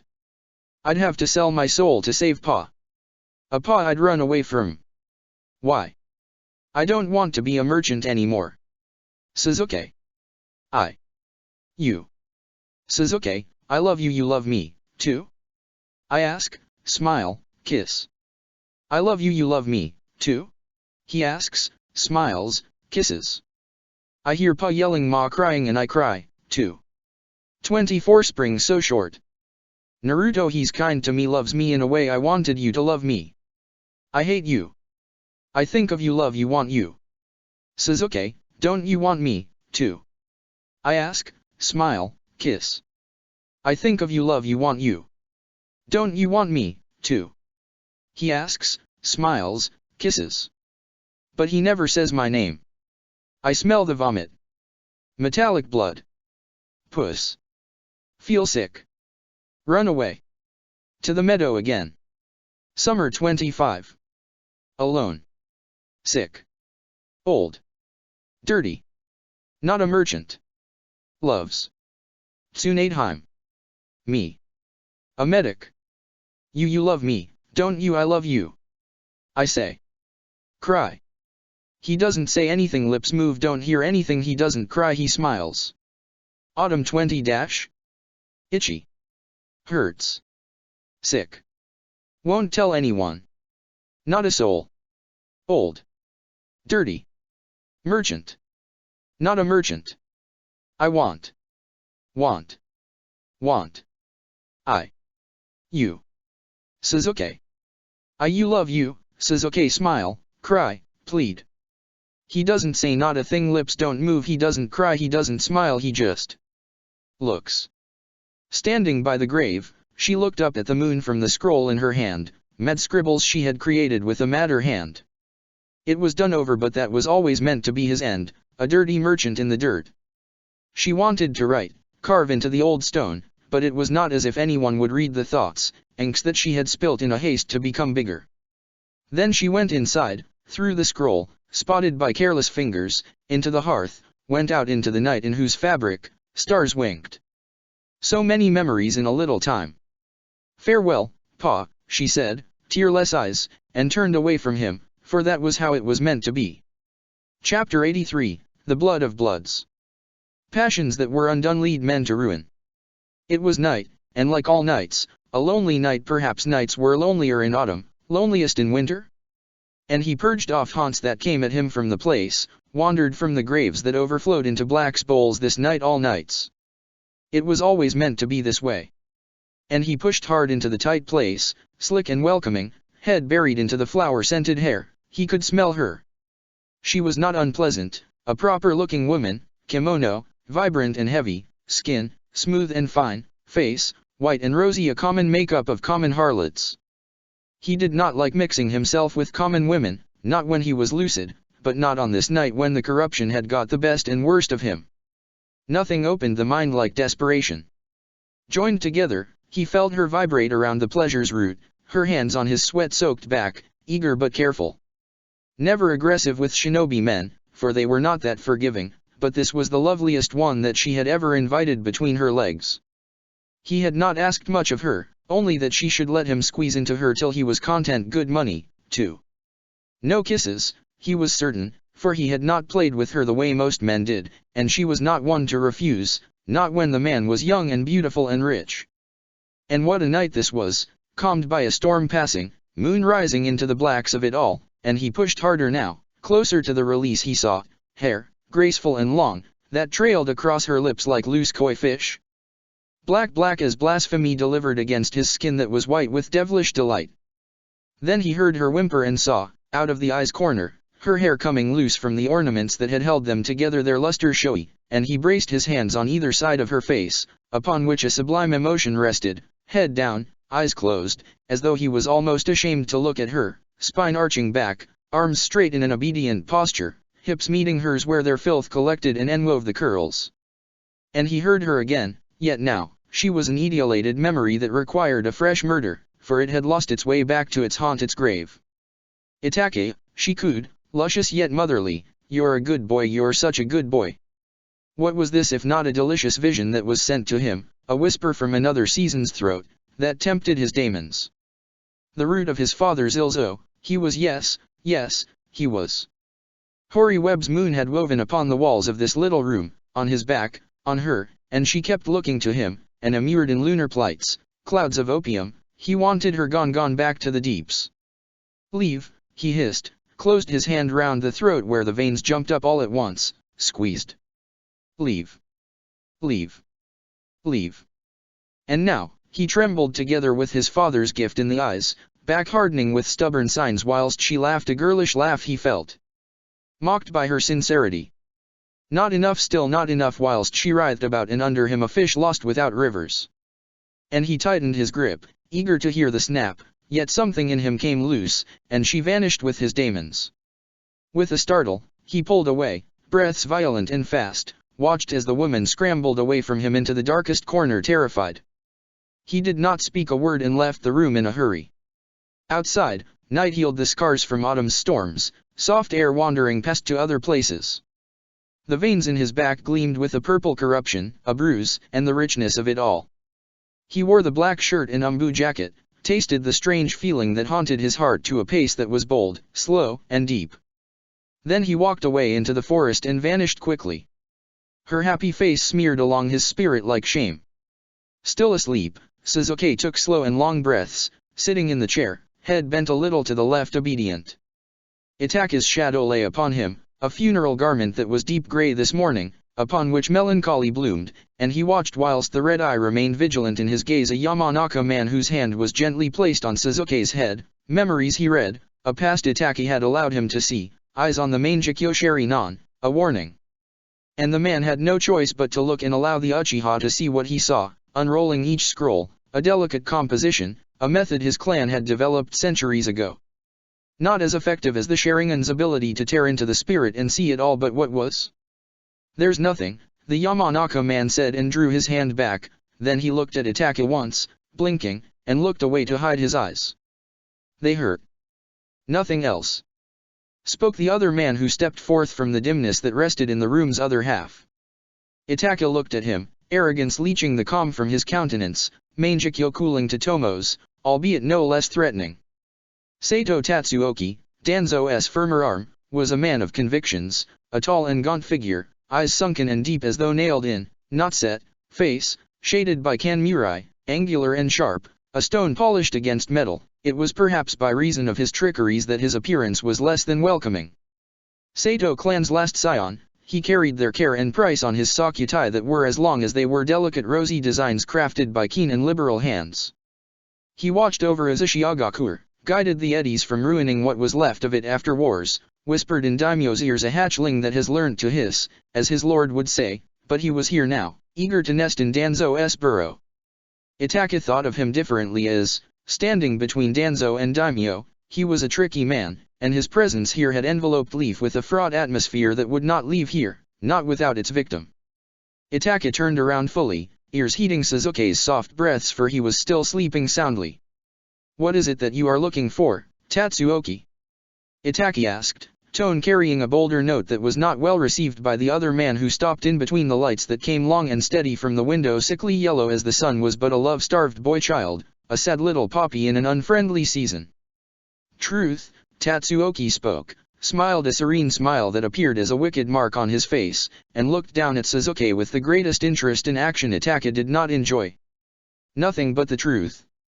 Then he looked up, eyes with an unnatural gleam sparkling, stealing away sun's warmth. Itake chose not to say anything more and looked to the door where Serizawa stood obediently. With a subtle tilt of his head, he indicated to the puzzled man to take Suzuki from here. Serizawa gave a quick bow in acknowledgement, and when he walked, his steps were muted in the small, frosty interrogation room. "Suzuki, come with. A little soon, young heir."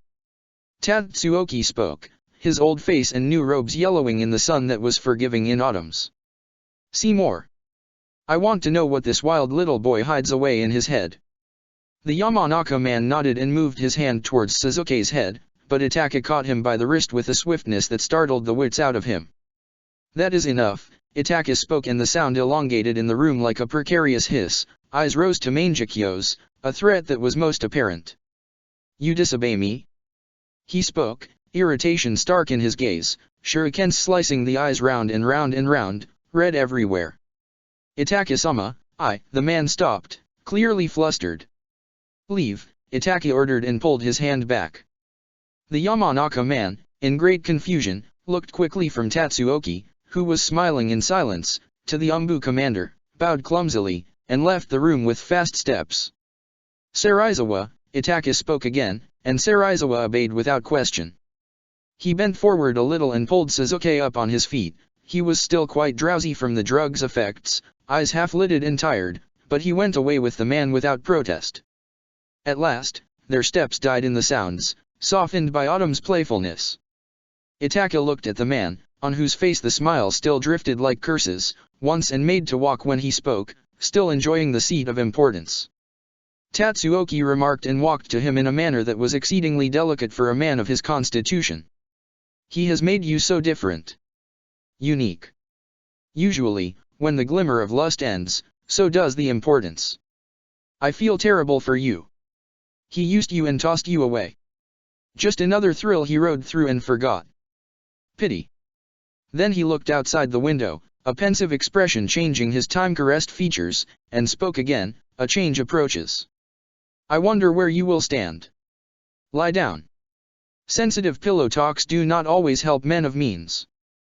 Pity. Itake paused, a smile coming to his face that was white with winter's terror. Pastime of a curious man is a hard life. Perhaps you should come to Yoshiwara. I will ask a Sancha to place a chair right in front of a futon, upon which I would court her mistress. You will not have to conceal yourself in the grass any longer. Then, without speaking another word, Itake walked away, not looking back at the man whose smile revealed more teeth than necessary. Monthly report day only this time, his fiercely dutiful brother, who was not terribly busy these days, had decided to drag all the jonins and all their little assistant jonins to this part of the forest, just a little beyond the barrier.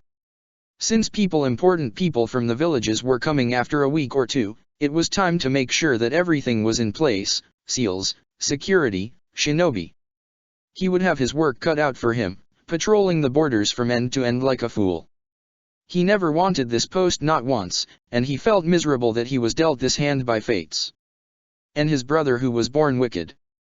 The rain was light and sun, halfway down, bled out variegated shades across the horizon, some bolder than others. He walked to the slick boulders and sat down, his head spinning faster than his brother's nasty shurikens, and when he looked down at the yellow poppies, saddened by summer's grave, he saw fours. His brother had probably doubled the dose of the sleeping draught on purpose. After wiping the eyes furiously, Suzuki looked at the Hyuga girl who was still terribly struggling against Niji, Jukinho, Hakurokya Juyansho. If she did not learn that in time, he might as well just forget this whole thing, and he watched whilst Hinata thrust her arm forward, missed, slipped. Niji, suppressing frustration, helped her up to her feet, and he had been growing distant little by little, a freedom the vanishing mark ensured. By a cluster of bowing trees where fog rose breathily, Naruto stood with Sakura, all smiles. He was a proper fool, a dreamer with more past, less future. His naivete formed the seed about which his story grew. Sometimes, he was convinced that Naruto, Minato's last heir and his last attempt at salvation, was too far gone too far.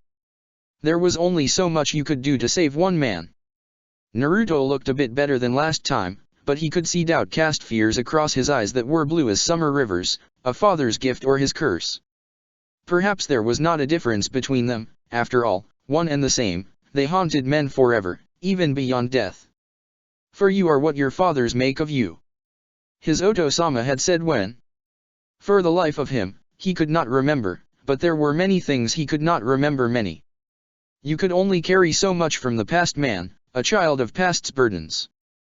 A pleasant wind came Suzuki's way, and he took deep draughts of the air that sang of autumn's pleasures, flowers, rain, storms and all.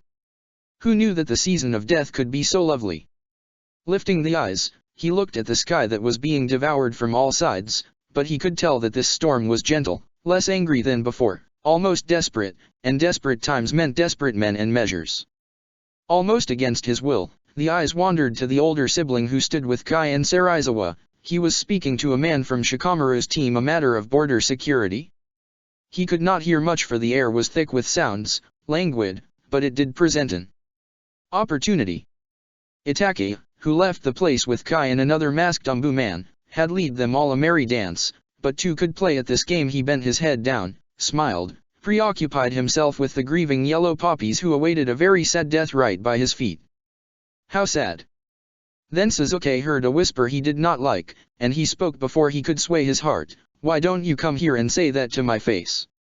The man in whose body insects swarmed turned where he stood, and his eyes showed an expression that was part wariness, part irritation. Sharp ears, he remarked, almost smiling afterwards. I'm not looking for a fight. Aren't you? Suzuki said and stood up and walked, albeit he stopped several steps short of the Abarame man who was accompanied by the usual riffraff, 2 Yamanaka men and 1 Abarame man looking for trouble. Heard rumors, he said, agitation changing his posture that was no longer relaxed. Nasty things. You're famous and rude.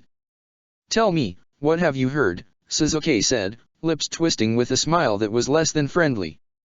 Suzuki-sama, you. Stay out of this, he warned, and Niji fell quiet. By his side Ryo stood, quietly observing, ready to spring forth. So easy to anger, huh?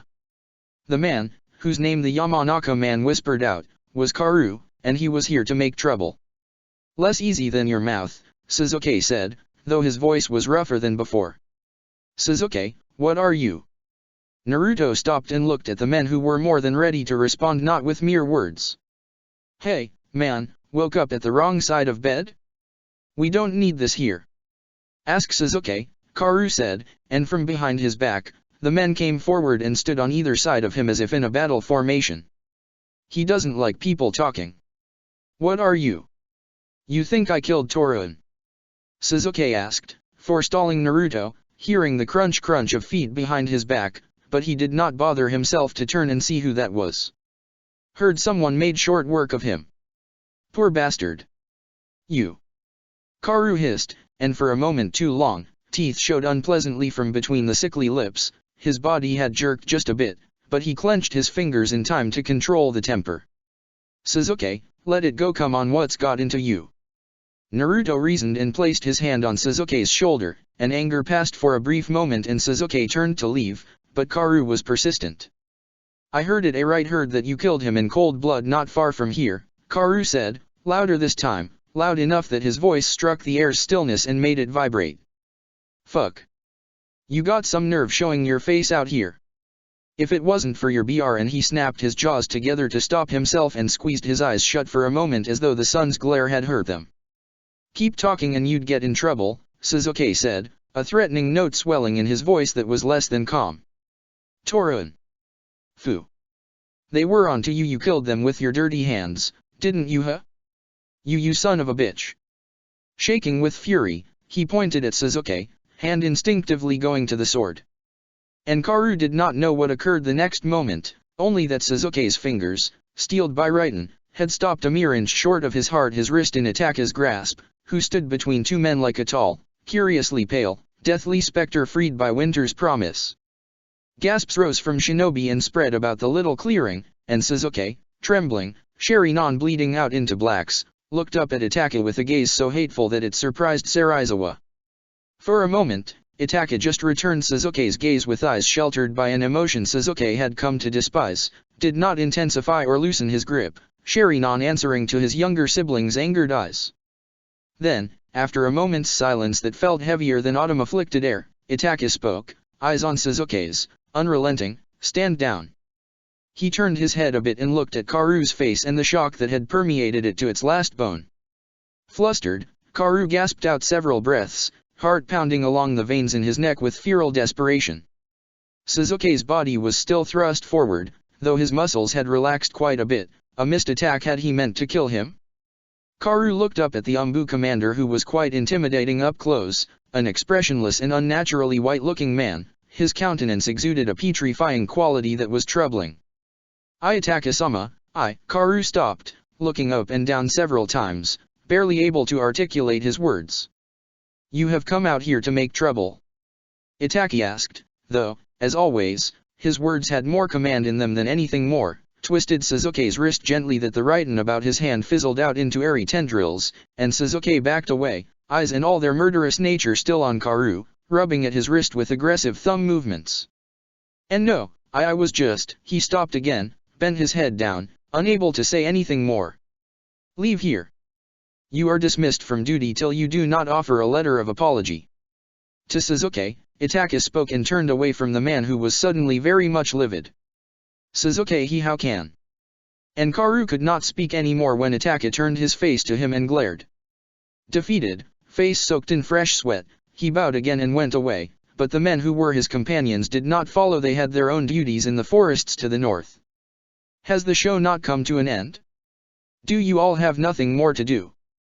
Itaka spoke and the men who had gathered round dispersed and went away from the place, and it was quiet again save the whistles that came to them all from the forest that was half dying in agony, awaiting a death that would be more complete. "The man is a fool. He will be dealt with. You do not have to answer to every little thing," Itaka spoke at length as he fully turned to look upon his sibling whose anger had yet to leave. Karu's choice of words for Suzuki's mother would have been the death of him. "I was only going to zap him a little, set his head straight," Suzuki said, almost chirpy. "Even Sakura can take this." And then he looked at Sakura who, under his profound gaze, stiffened like a cold dead root in place.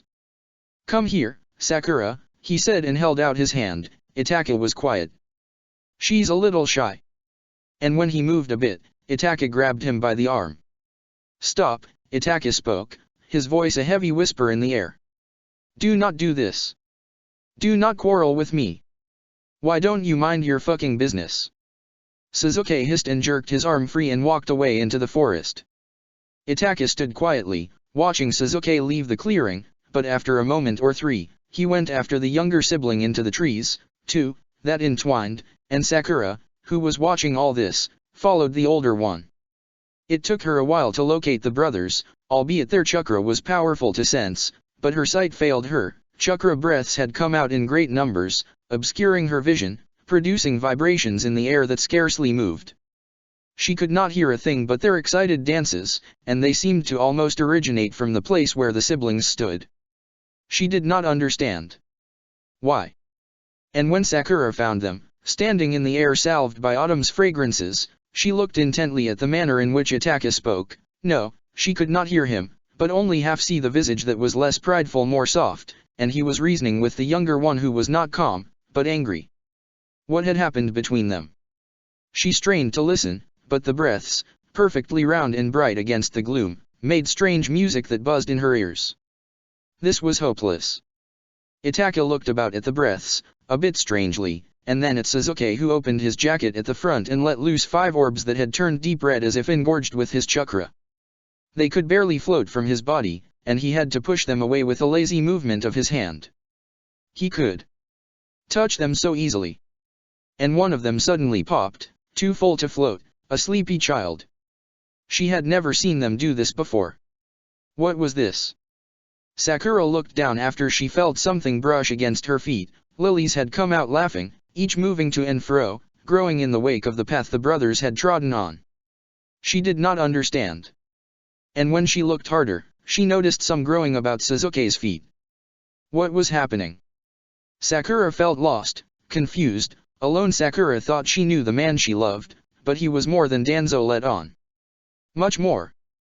Exhausted from arguing, Suzuki sat down on the fallen tree, one of the many autumn ate away at and left as refuge for animals, and to Sakura's immense surprise, Itaka went down on one knee and tightened the strap of Suzuki's sandal that had come loose and brushed dirt away from the bottom hem, and given Suzuki's lack of reaction to these actions, it seemed as though he was used to this a habit. And Itaka said something to Suzuki with an expression that was the softest she had ever seen on his face and rose up, but Sakura was anxious, eager for more, and in a moment of carelessness, she moved her foot, beneath which a dead leaf crunched so loudly that its sound almost rang out as a violent note in the forest. Surprised, Sakura looked down and then up and saw the siblings gazing at her, and by the sage, Itaka's countenance had assumed a sinister expression at her audacity. Suzuki looked at Itaka once and left to sage knew where, and hopelessly, she watched as Itaka walked to her, but did not stop and went back to the clearing. Her heart a place of riot as she gazed at his back, shadowed by trees. From behind the hills, evening came in luxuriant waves, and outside the window, sun reddened the leaves that had lost their vitality to a careless time, a murder most foul. Sakura stood by the window, washing her hands in the sink, watching as blood floated away in long stripes down into the drain, another life gone. It was easy to die, hard to live. As shinobi. Isn't that what you'd say, Pa? She wanted to say out loud, but he was gone. And she could not save him. Nor herself. Turning off the faucet, she wiped her wet hands down on the apron's side that was clean, the rest was spotty, deep pink, and dull red in places, each stain a farewell. This hospice was once Hashirama's home, but Tsunade modified into what it was today, a place to treat patients that required special attention, delicate cure, and experimental treatment. Everyone else was kept at the medical center that was the old Umbu building. She adjusted her white cap and took out laudanum from the cabinet. This was processed, a reddish-brown liquid, and safe for use in small doses, but her patients abused it, preferred the euphoria to another drug's sweetness, and died from addiction or suicide. It needed more processing, but the painkiller properties were vital for operations. Tsunade-sama would have to do more. Turning around, Sakura walked to the shinobi who moaned in distress. Evening lay along his bed like a gray attendant, and it would only get darker. She stopped, and he looked up at her from the bed, a shine in his eyes at the sight of the vial. He had developed a taste for it. "This isn't the whole thing, Kaika-san," Sakura said, showing the bottle to him, clucking in irritation. "If Ataka-sama found out, you'd get me into trouble." "He wouldn't care," he said in resignation, and she could not help but feel remorse. "I've hurt my foot, I'm done for. No one would take me back into Umbu." She bent down and placed her palm on his brow. He was burning, as expected. Sweat droplets silvered against the rough red sunlight, lit up one half of his face as though he was a saint about to taste martyrdom. Then she looked at his foot that was crushed, ruined under the bandages, a mangled stump of bone, muscle, skin. He would never be able to walk as a man again, much less run as a shinobi. "Kaika-san," Shizune said in a sing-song voice as she approached the bed. "Don't be stubborn. Take what she's giving you, and if you behave, I'd write it down in your report that you need more money. A poor man like you." She smiled, and Kaike, in spite of himself, laughed. "Shizune-san, you." Sakura stopped when she heard smooth footfalls in the corridor. The place was so empty that not even a moth could fly in without making noise. Then, only a moment later, Itaki appeared at the open double door, with Serizawa following his shadow, and Shizune almost dropped the patient scroll she carried in her hands. "I Itaka-sama." "You." Shizune said aloud and took quick steps to the man who was whiter than whey, like bone powder she used for medicine. Even if the sun was going, Sakura followed, albeit her heart told her to run. "How many men are here?" Itaki asked and sat down in the chair by the table, which afforded him the view of the large room from end to end.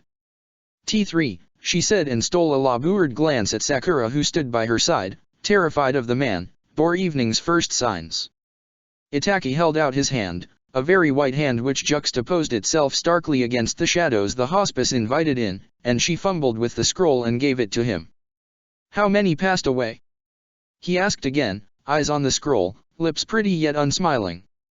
"2, she paused, mopping sweat from her brow with a clean apron, a new one she had worn, brushing hair, curled into sandy strokes by sweat streamlets, from her cheeks. 1. From suicide. Unfortunate, Itaki spoke, slipped one leg over the other, and placed the patient scroll on the table. "Serizawa, ask the men to bring the wounded here. Make sure no bed is left empty."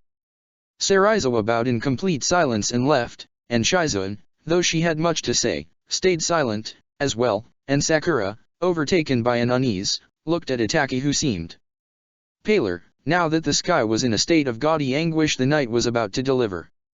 After a little while, men came pouring into the place, carrying wounded shinobi on stretcher-like beds, made from bamboo sticks and stretchable fabric that was durable, placing them down on the empty beds in minutes. The hospice was loud with moans, grunts, whistles. An aroma of medicine and blood choked the air till its wound could be topped up no more, a smell Sakura was accustomed to since she was a child. "Did something happen?" Shizune asked, immensely hesitant, whilst she twisted the fabric of her apron round her finger. Itaka did not answer for several moments, eyes carrying upon themselves a false red, but then he spoke, voice a steady breath in the air that was unsteady with men's grief. "No." When the last man was transferred to the 50th bed, Serizawa stood by the chair on which his lord sat, stiff and obedient, a sober expression on his young face that was hard to read. "I require a Jonin recommendation scroll," Itaka spoke, and his voice struck Sakura's spirit with a violence that was unbearable. Sakura, eyes rounding like instruments, looked from Shizun to Itaka, and Shizun, breathing in deeply, nodded and walked away out of the room. After some moments, she came back with the scroll. Itaka wanted her steps louder than temple bells to Sakura's ears, and without speaking a word, she placed it on the table and backed away, right hand kneading the left. "Heal the wounded. Each man. One at a time," Itaka spoke, a command delivered in a soft tone that was lovely, and placed his arms on the armrests. "Their injuries are not grave, but they do require care. You have 1 hour." "Why yes, Itaka-sama, I." "Not you," Itaka spoke, and his words put a dagger through Sakura's heart. "Just this girl."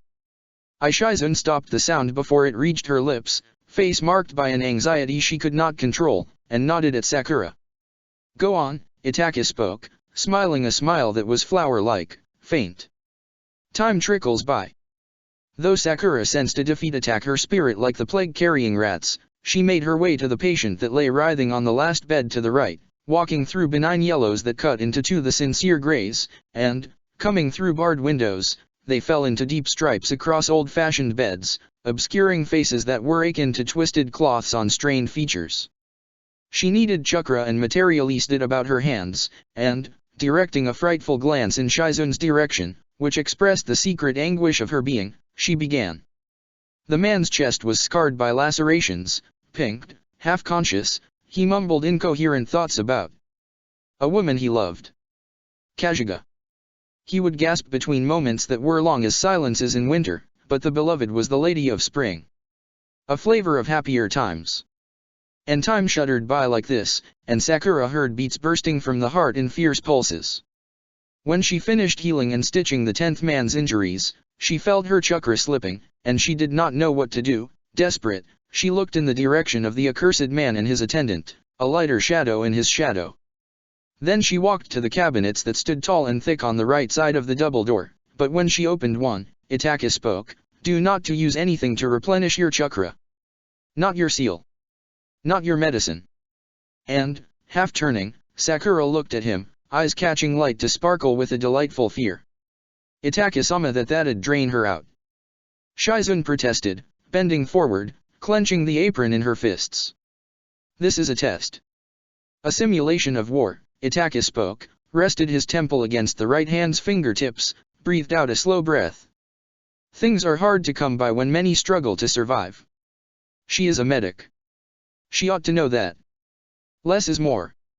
Itaka-sama, she." Lazily, Itaka lifted his hand a bit, and Shizun fell silent, clenched her teeth together, held back many words on her tongue. She could not do a thing, and Sakura, hearing all this, went back to work, knowing what was to come. And time tumbled faster than children's play, and a haze developed before her eyes that would not lift, veins in her hands, going rigid as a dead man buried. And Sakura tried and tried harder, but she could not win. Sweat poured out of her body in stinging runnels as she struggled to heal the 30th man. And Itaka watched, face beautified some more by evening's deeper tone, with eyes peculiar, shaded by long lashes. Then tears broke free from the eyes, greens lightened by sun's last lights, and she slumped against the wall and slid down to the floor, huffing, aching all over, and weeping in gasps, full of shame. She could not conceal the trembling that moved her body, her back to the man who had come to crush her dreams.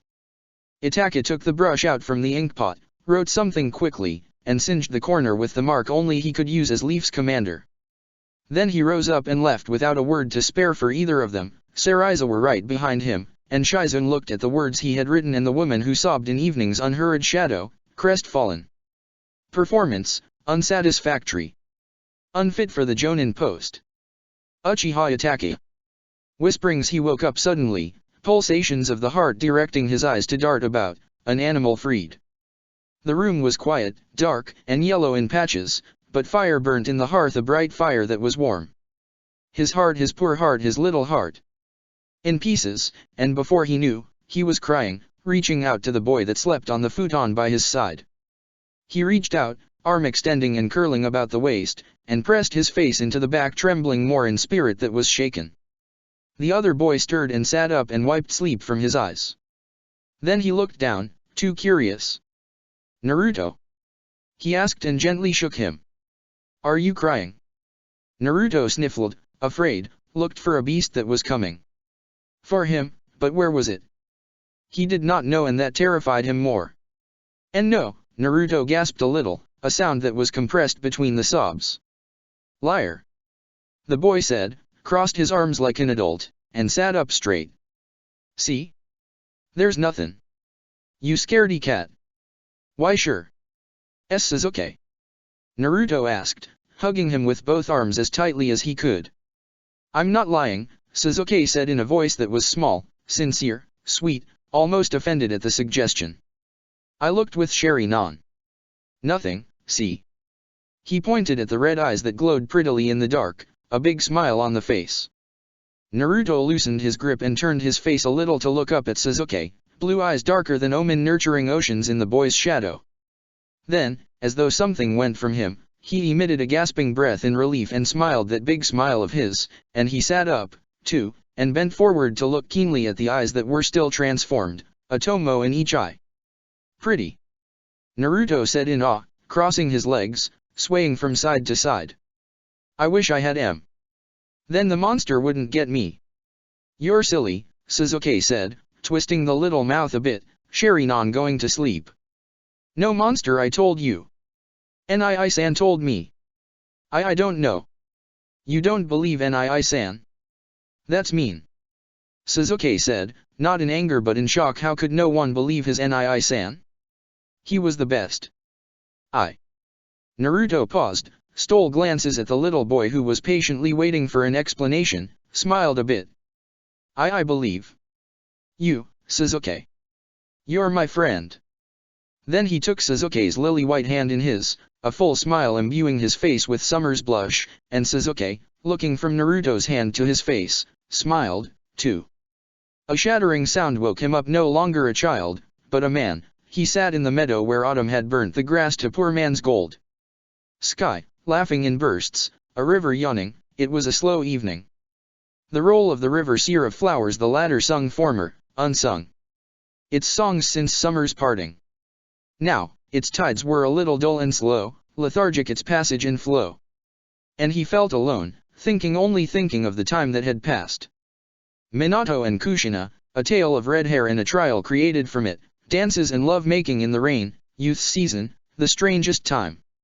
Where was he in all this, his soul on the ground unleaved? How hard was it to stay, to live, to belong? And when it whispered now, unto him, he was lost, so lost, hearing its stories of his shame at Leaf's hands. Shame, yes, shame. What was real, what was not? He listened, for it listened to him, listened to his heart when no one else could. Then he felt the tears and the susurration of grass, and he knew who that was. Sitting out here all alone? You're overdramatic, he said, his shadow falling lightly on the other man who, after hastily moving his hand across the eyes, looked up at him. His warm blue eyes gazed from a strained brow with a calibrated expression of warmth, anguish, and something else Sasuke could not place. "Finally remembered me, huh?" Naruto asked, happy as a child again, smile big and wide. He had always been a strange one. "The borders won't check themselves," Sasuke said, and looked at the sun that crowned the wave-like hillocks with flaxen shades. "Sit down here, you're a complete grouch, man." Naruto grabbed Sasuke by the wrist and pulled him down to sit beside him. Then, quietly, he rested his brow against Sasuke's back, and, after a while when the breeze turned colder, he mumbled, "I miss you." Sasuke turned his face a little to the man who was always grieving, but he did not speak. "I wish I could see you more. I just..." He whispered a sad confession, heart on his sleeve, as always. "I feel lonely." Letting out a long breath, Sasuke plucked a withering poppy from the ground and turned it around, its luster lost. "We're not children anymore," Sasuke said, and thoughtlessly, pulled at the petals one by one. Maybe I want us to be," Naruto said, shaking, weeping. I want us to go back to how we were. I want us to be happy. I love you, Sasuke, and I'm not lying. I just want you to know. Happy childhood? Sasuke wanted to ask but did not say anything, watching the sun hide itself behind the peaks, letting out a purple that would go deep into the night, and time passed like this and the meadow turned dark, a place no child would wander to, and lilies came out to wait for the moon that was wintry, less giving. Have you dozed off? Get up. Go home, Sasuke said, voice clear in the breeze, and felt Naruto stir. No, Naruto said in a soft, muffled voice as though he was tired. Get up, he said and rose to his feet and turned around to look at Naruto. Asshole, can't you sit down for 2 seconds? I'm fucking sad, man. Can't you tell?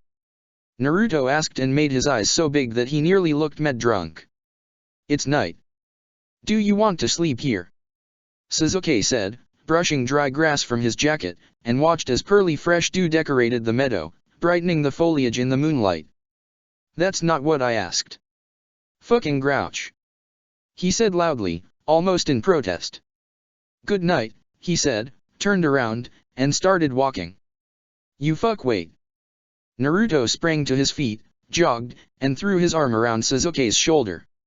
Let's go to my house. We'd sleep together.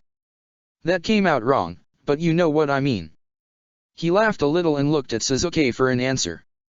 Sasuke looked at him once and then looked ahead at the trail that was overtaken by chakra breaths that glowed white, yellow, and red. No. Why not? Nii-sama wants me back home. Before the moon gains its full height, he was specific, and after that little imitation, he did not say anything more, quelled his resentment just enough for the Sharingan to stay sleeping like a babe.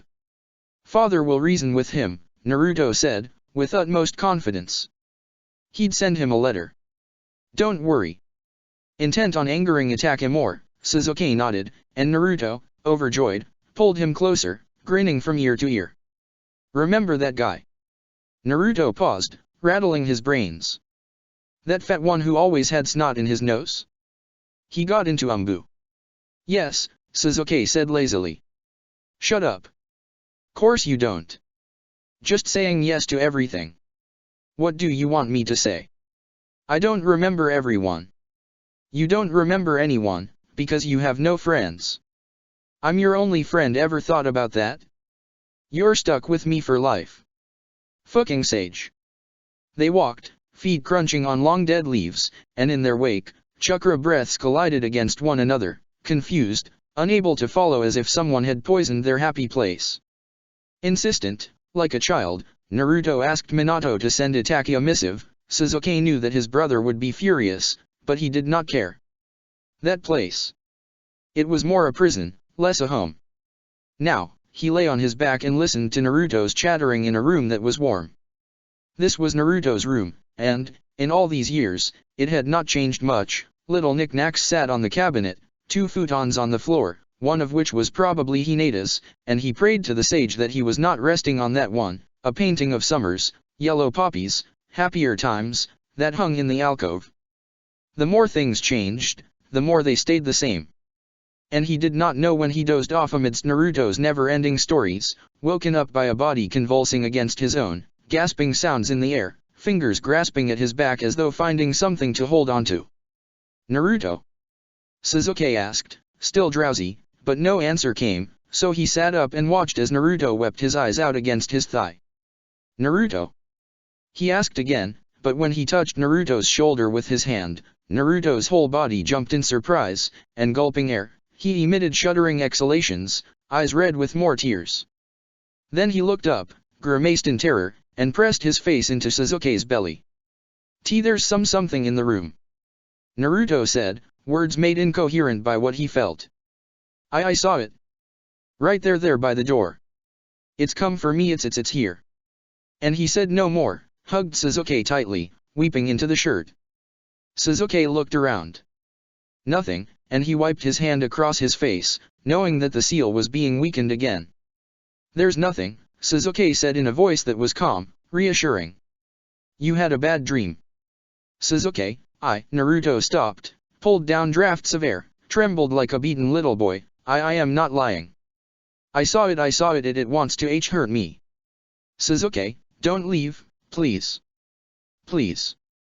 It was a dream, he said, but Naruto was hysterical. He sat upright and bent forward to look at Sasuke deep in the eyes.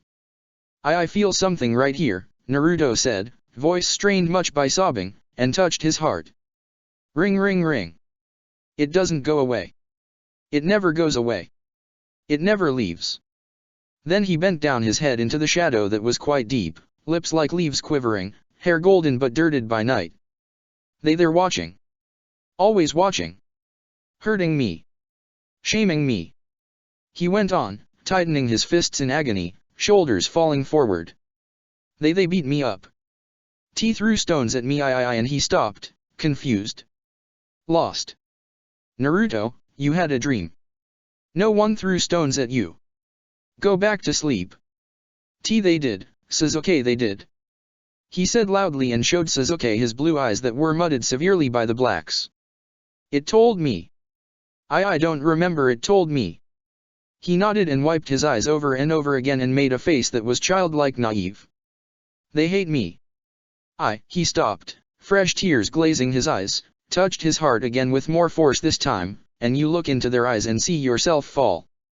Then, overwhelmed by grief, a child's condition the man carried, his face contorted and he lay his head in Sasuke's lap weeping himself into exhaustion. Night in its deepest part, the older one saw the world contained in glimpses. Lightning storm come forth, bring your vengeance forth, smile, play, lie and roll. Yet it would all end the same way. And he placed the wooden box on the table as gently as he could. That is what you asked for, is it not?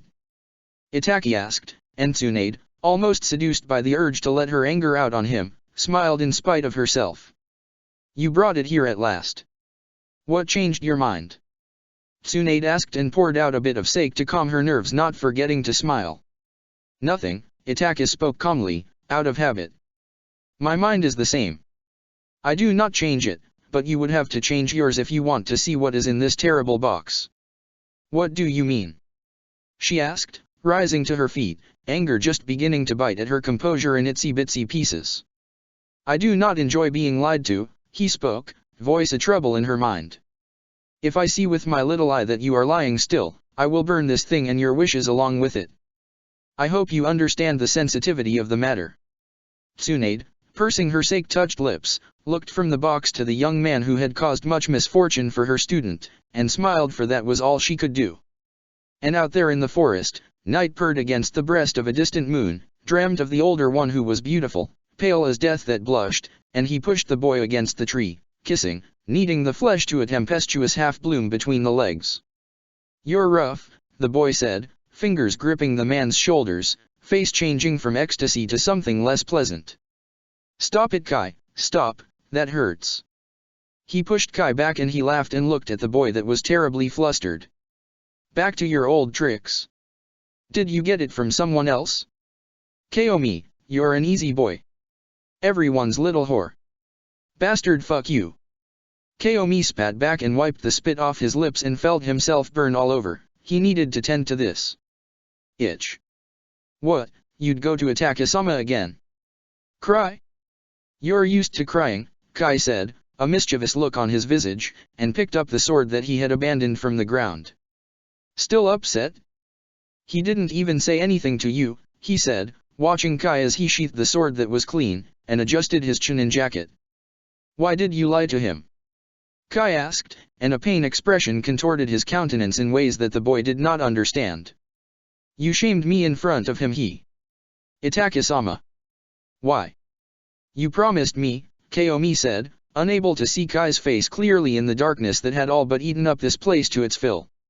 A place in Umbu. Kai stopped, looked down, and let out a gasp-like laugh. Is that why you did it? You shamed me for a seat? Shamed me before the Lord that I. And Kai's throat closed up with passion, fury battling with ardor, a hopeless war. I'd make it up to you, Komi stopped and stuttered and stopped, hand on his throat that was cut open and from where life went out. In a moment, his body collapsed to the ground, a shiver shock of loves that came from the tender neck. I don't need you to make it up to me, Kai said, and it began to rain, and it was a pleasant rain whilst the boy's body kept tainting the runnels in the ground with vulgarity. And Kai, sheathing his sword, dreamt of the blood of bloods in the Lord's eye, and walked away from this place, and behind his back, winter's first wind whistled the boy's spirit away. Chapter 84, Death Comes in Threes. End of Autumn's Storm. Whites that cut into the room in quick deliberation, and he stood by the door, tight-lipped, watched as the man looked over his shoulder to him, and he returned the gaze, eyes upon the darkness that buried the man's features under black hair, indistinguishable from winter's night, and a malleable expression. Then the man called the boy unto him.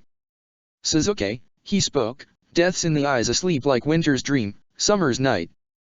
The boy, more happy in heart, went to him, sat by his side, said not a word. The man was painting, a hobby he cherished. I inherited it from my oldest brother, he would often say, but the child had never seen the oldest. Was he gone? He is with Kami now, he would reassure, upon seeing a curiosity blossom on the child's face, and move the brush again to paint. Something? What was it that he had painted? It was so long ago, and without Sherry-nan, his childhood was a passing melody. Teach me, the boy wanted to say, Oto-sama. Heavy the heart for a little entreaty? Yet the father had spoken of the older son, a son that he loved ever since his eyes had opened to the world and filled it with a wonder that it had not known. Ah, bewitched his sibling had bewitched the father, taken him under a false promise from where there was no escape. First death was this the first one? And on a night like this, watching his father whose bright eyes had not yet lived life's agonies give comfort to the sibling's pain-wrangled limbs, he had run out into the evening when the sky still bore the lacerations that bled, and he remembered well, his sibling sighing in pain, purple patches about the eyes, body distorted in ways that frightened him. Did you take the moths? Again. His Oto-sama had asked of something, working on the arm that was terribly swollen, muscles stricken with purple veins. Oh, what a sight that was! What did his brother say? Back then? For the life of him, he could not remember. Lost like the forest into which he had run. Only little but not free, inured to lonely nights, his steps tread across the beds of leaves the forest had cast off, leaves senescence, and he looked up, greeted by a passion-wreathed evening, behind whom night was a shy pursuer, and he wept as he went, his hiccups growing louder in the tightest place between trees, all bowing to listen, yet none was brave to offer him a kind bosom. "Oh Oto-sama," the boy said, a bit stressed from having walked for so long, don't you love me?"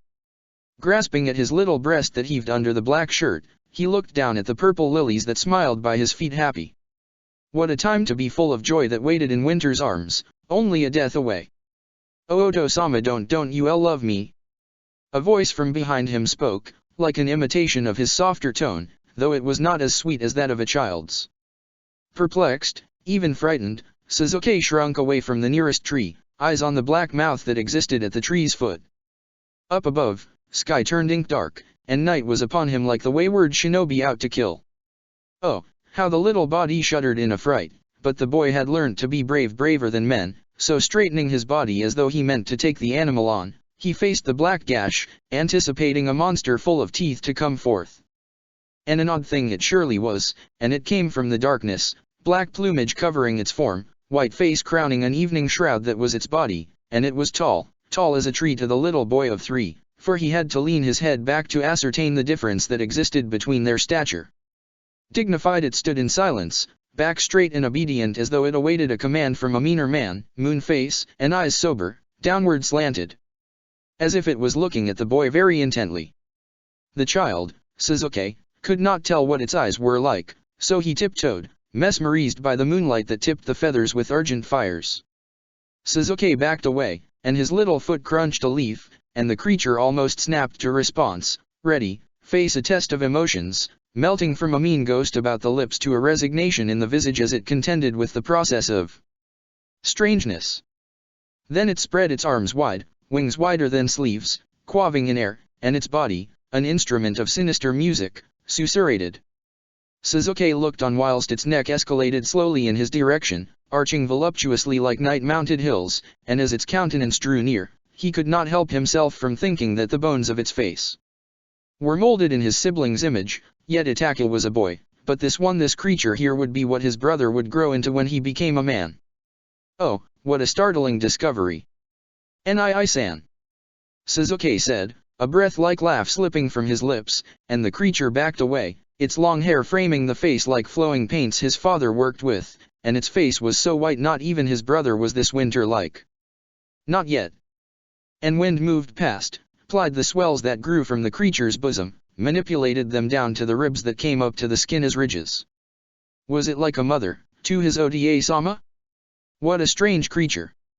Its shadow his shadow upon the child, and the world above him had turned to the blackest black, an exsanguination of the cerulean morn, and when the creature brought the vast feathers down, he looked no more than a man dressed up like a crow. An actor? He played the part well, for he did fool the little boy. Then he shrank back into the cave to slumber, and Suzuki, too curious to let go, went in after him and sat down between the wings, and the creature, almost wildered as though he did not know what to do, smiled a wretched smile, a change in its beautiful physiognomy, for the lips tore up at the corners, revealed a beak-like structure, but then it went quiet as night, features sublime, sheltered from the storm outside that fought on. And Suzuki sat like this for so long, convinced that the creature could not see. What a poor creature who had lost its way, thought the boy in dismay, watched the man's face that existed on this peculiar organic structure. Cast away from his mother, the crow creature would surely die, but the boy, overtaken by fatigue, fell asleep, heard the man's heart beat in the crow's breast. Thump thump thump it bellowed against his ear, battled against the rumbling and tumbling thunder in vanity. Suzuki Suzuki. Suzuki heard a boy speak, and when he came to, he looked upon his brother's mien, serious yet childlike. Where did you go? I've been looking everywhere for you.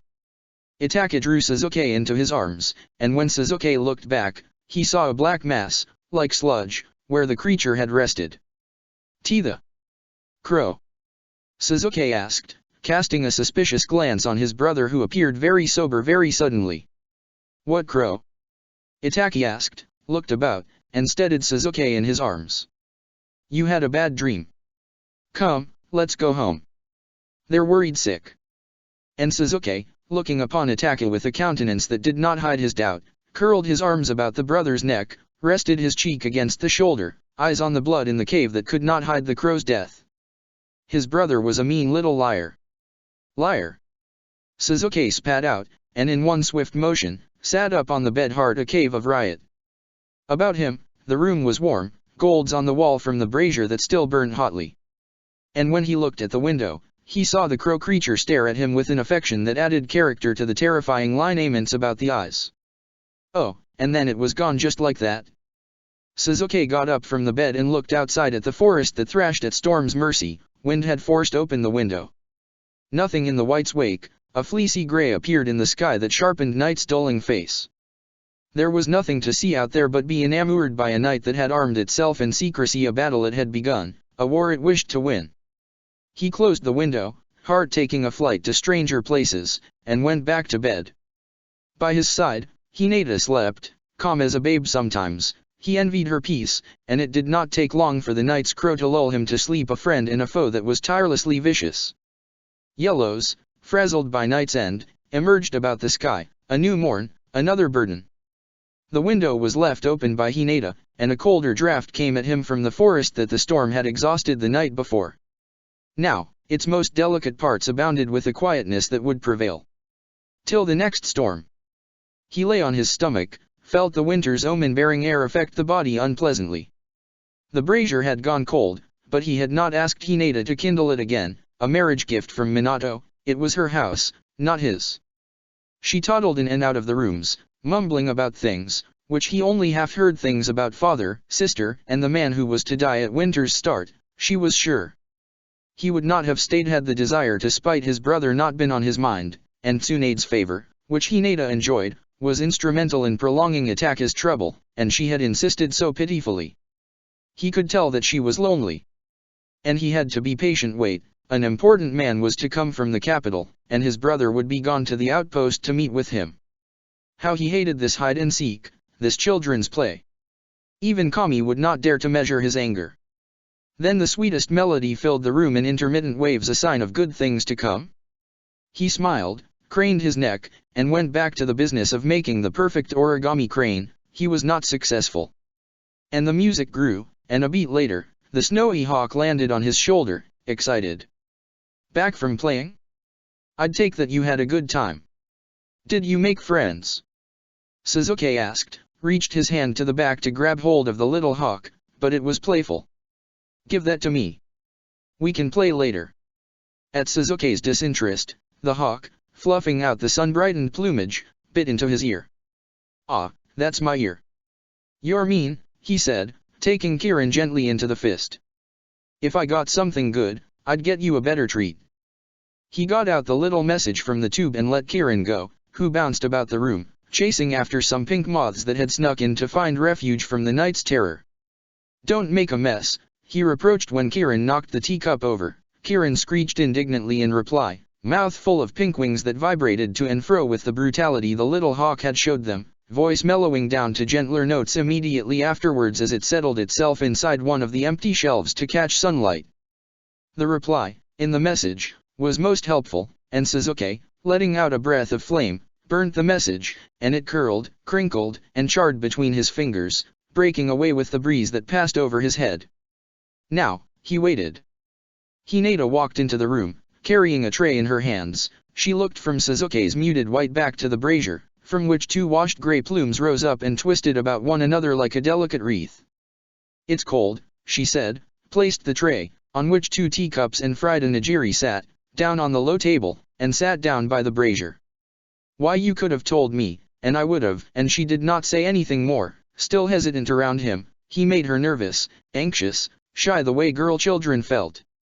It's your house, he said, quite lazily between 2 long sighs, still quite busy with that crane origami, and still quite unsuccessful. Casting one look outside at the sky that was disheartened by leafs suffocating autumns and searing winters, Hinata lit the fire, and the coals flared bright red at the edges. She let the window stay open as Suzuki had opened it in the morning. He was strange. Hinata began, picking up the tray, walking to the bed on which he lay as easily as a carefree child. He had not bothered to cover the torso. Are you hungry? No. Are you? Suzuki asked, reached to the back of his neck, and messaged the skin that turned pink readily, and in the midst of the wistful spring's tinge underneath recreant gold, she noticed 3 black mole-like pinpricks at the point where the curve of the cervical spine ended, and packed closely together. They appeared no more unusual than little blemishes, but her byakugan, which she had called to her eyes in curiosity, told her a different story. A little, she said, like an afterthought, eyes on the marks, barely visible under his hairs that always had a mind of their own. Nii-sama has called for me, he said, letting out a long breath as though he was weary. Something important. I don't feel hungry. Hinata did not understand what one had to do with the other, but she nodded, albeit she wanted him to stay for one more evening. His heart was not in the love-making last night. Distant. How hard was it to win his heart? She had never thought it would be like this. Relaxing her eyes, she sat down by his side and, thoughtlessly, touched the dip at spine's end, and the skin, white yet warmed by his shivered. Your fingers are cold, Suzuki said, a smile hidden in between the words, though one that she caught easily this time. Moved by the heart's joy, Hinata tossed herself on him, tea forgotten, and lay prone on his back, at which he released a breath of amusement, but did not say anything more whilst he worked on the origami, pressing the folded part down. It looked fine to her, but perhaps he wanted it to reach a state of perfection. An odd habit, but one she did not think he would ever give up. You. Hinata breathed out, pressed a kiss to his neck that was warmer than her lips, playful in spite of the shy-hearted spirit. Wouldn't stay. No, Suzuki answered, though, to her heart's ease, he did not seem angered by her persistence. I'd come by some other time. I want you to stay, she insisted again, turning the head, hair unfurling across his shoulders, a maze of night-shaded gossamers. Greedy little girl, he said, and only smiled a fugacious smile, one which was boyish, and love-struck like hopeless girls. She could not help herself from kissing him, flourishing the way parts with bold pinks. It looks good, Hinata said, shy and bold equally, in a hope to ease his frustrations. I can never get this right, Suzuki said in a voice that was affected by a childlike frustration, folding and refolding the paper, trying. Nii-sama's good at this. I want to be good at this. I can be good at this. She listened, a little hopeless, for he sounded akin to a busy little boy who wanted nothing more but to beat the older sibling at his own game. "What's that mark?" she asked, unsure of her voice, tongue faster than the mind. Itaki had not been wrong in mocking her mistakes. "Curse him." "What here?" he said, touched the back of the neck, and returned to the task in which he had no heart. "Birthmark. I'm sure you've got one or two. Somewhere." Leaning her head down, Hinata hid her blushing face, watching the hair spread across the tatami mat in tangling waves. She searched for the words to say to him, but found none, for that was not a birthmark, but wounds that went as deep as the chakra veins. What was used to make them? Senbon. But that would require a hand that was unnaturally precise, one slip, one careless slip, and that would injure the veins in ways that would be terrible. No medic possessed a hand like that, not even Naruto's beloved. Strange. Stopping the thought, Hinata calmed the heart that stayed in an unfriendly state, worried for him. She sighed, all forgotten, but for a moment, she would tell him of this, but not now, not when he was sweet as Yokon her Oka-san made. "Say it," he said, smile visible in morning's gleaming sliver, and pointed at his ear. "Whisper it in my ear." Hesitant, hard in the mouth, Hinata gulped down the ambrosial air that fulfilled the house's ache. Was it him, autumn saccharine, lilies like which he felt? Hinata did not know, but hopeful of the love he could give to her, she leaned in, said what she wanted to say, and ended her entreaty on a kiss, as though that was meant to soothe whatever irritation he may experience. "Is that it?" Suzuki asked, laughed a little, and looked at her out of the corner of his eye that caught the sun for the littlest moment. "Thought you were going to ask me to murder a bastard." Backing away, Hinata hid her face behind her hands, cheeks furiously red, and Suzuki, laughing that soft laugh which tamed her spirit, rolled onto his back and sat up. "You don't want it?" he teased, and she fell back on the bed, hair flying up and falling all about her. Then Hinata pulled the hands away, eyes on the horizon which was upside down, head half hanging from the low bed, and when she felt his lips touch the place between her thighs, saw the sky fall in a luscious swoon, she was content. Vain the spirit, vain the heart. Her Oka-san would say, but she was quiet and at peace and trapped in the earth, but so was she. Today, sun rose the ark's edge diligently, a shimmering morn. The window was open, and from the bed, he saw the forest that wore autumn's careless models. Leaning his head down, he sighed, eyes running about the toes pinked by breeze. "You're a cunt," he whispered to the woman who stood naked by the bed, shinobi attire in her hands. "I love you, and you're a cunt." "What was that? Say it again," she said, angry, but she got on his nerves often. "I said I love you, right?" he said, raising his face, showing her the mustard sincerity in the eyes. "You know, this is pathetic even for you," she said, tone hard. "It's never about us, is it? Last time I came to you, you were crying about your mother. How's that supposed to make me feel? Fuck off." He shot back, sprang to his feet, turned to face her. "I miss my dead fucking mother. Does that piss you off?" I didn't mean it like that." "You're right. I am pathetic," he said in a manner as though it was a heartfelt confession, and grabbed her by the arm. "Out. Shin." She protested as he dragged her to the door, the flak jacket slipping from her grip and falling to the floor, and he threw open the door, felt the rush of autumn hit his head like a blow, pushed her out. "Shin, fuck you," she shouted, nearly in tears, expression of bewilderment and shame, nakedness apparent in the sunlight that was stark against the sooty pleats in the sky. "Get the fuck out of my house," he growled this time, and unmoved by the teary pleas that brightly mapped her face, he grabbed the jacket from the floor and tossed it at her and shut the door with a force that moved the hinges. She tossed off many obscenities from behind the door, though, to him, she was as good as dead. Love and death came easily to him. Some days he was in love, some days he was not. Autumn, a time of beginnings. He smiled, sat down on the bed, watched the sun rise against red, a visitor to a place of murders. And he sat like this for hours till the peak's drape turned bolder. Wiping a slow hand across the face, he rose up, for there was no rest for the wicked, wild, and weary. It took him some moments to find the shirt she had forced off his body and the common white jacket, worn by umbu and root men alike, that lay in the room's grey corner. This was a small, stuffy house, one room and one window to squeeze the sun inside, and in winter, it was like a grave for the undead. Ready, he stood by a set of drawers and took out the wolf mask from the top one, with double red lines that ran round the eye sockets and snout. This was a new one with a powerful seal. Danzo had told him. He never believed the crooked old man, for he was born lying, and one day when his throat met the blade, he would be lying still. Maggot.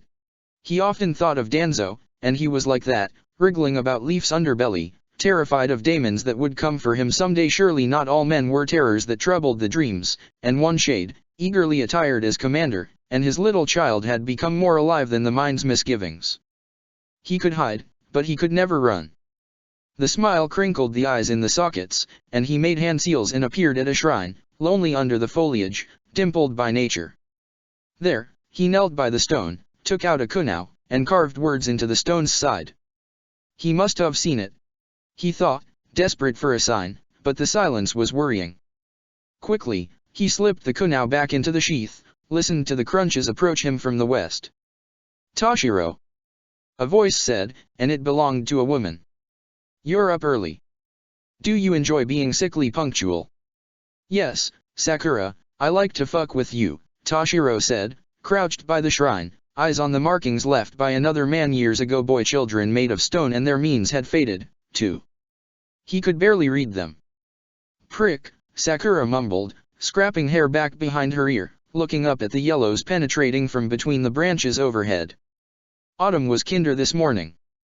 Then, without saying a word to her, Toshiro started walking to the east, and even though Sakura did not want to, she followed. Where are we going? She asked, terrified as all hell of what Danzo had asked of her this time. Some shinobi are hiding it out not far from here, he said, walking through lustrous stripes that went through gloom, calm. Their leader is missing. We need to talk to one of them. Here I'm out. Shinobi? What shinobi? She asked, and in spite of her best efforts, her voice came out weak. Toshiro stopped and turned around and showed her his rain-washed eyes, bright and fire-scent. Rock shinobi, he said, and she could tell that there was a full smile on his face. Then, after the release of a short breath, he turned from her and resumed his walk, unconcerned of the fear that had cut open her heart in threes. Hours had passed, and standing by the open window, which looked out onto the autumn-forsaken forest, he gazed at the sun that was caught in a state of setting, sky rosing over with evening's fright, and when he looked on the left, he saw his sibling's face experience the slightest change with the brilliance of some curiosity. He had grown stranger in the past few weeks. Do you have to go somewhere? Itaki asked, aureate light on his winter-cared cheek. Your feet do not like treading the house any longer. Does your room bite you? Suzuki said nothing, unconcerned yet seething, a state his mind could never get accustomed to. You seem to have lost your way. Have you lost your tongue, too? Itaki asked, though his tone had not altered even a little, smooth and latently threatening. I told you, Suzuki said, irritated, turning to look across the lights, bespeckled with shimmering motes, at the brother. I want the seat cause I want it. Nothing more to it. Itaki smiled, gave a little tilt of the head as though he wanted to laugh, cast the sun a quick glance. You are not a good liar. I'm learning, Suzuki returned, and he smiled, too. It was war now. A cause for celebration when you attain that perfection. Itaki spoke and rose up to his feet and walked around the table to stand fully in the sunlight, and dusk was kinder to his frigid bearing, imbuing the physiognomy with a balmy calm. Tell me, did Oto-sama teach you nothing but mockery? Nomura-san tells me that he was a great fucking guy, but looking at you, I'm not convinced, Suzuki said, and the bones in his face worked harder to hide the ire. Am I in a temple confession? Itaki spoke, unmoved by the younger one's outburst, simmering to an anger that was sure to follow. You turned out great. Oda-sama's so proud that I can almost hear her sobbing, Suzuki pressed on, mouth working into a sneer, which passed for a sour smile. Don't make that face. Tears of joy. Impish child, Itaki spoke in a disarmingly soft voice, grabbed the sword from the table, returned the attention back to the sibling. Help me understand. You. Help you? It's all just a game to you, isn't it? Fucking liar, Suzuki said as spitefully as he could, no smile on his lips now. I am doing this for you. For your sage fuck. No no. You stay out of my business, he flared, face furiously battling with fury and something else that was akin to disbelief. You are my business. You want to make trouble for me. This seat. Why? Itaki asked, and Sun reclined voluptuously against the planes of his features that eagerly awaited a reunion with Winter's Way. Suzuki laughed a little and looked at Itaki as though he was looking at him clearly for the first time, a beautiful innocence in him snapping into focus.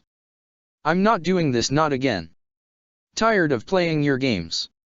I'm taking the seat, and there's nothing you can do about it. And with that declaration of war, Suzuki left the office without looking back. May I? Serizawa asked, always hesitant to interrupt their quarrels that had become routine now. Let him go.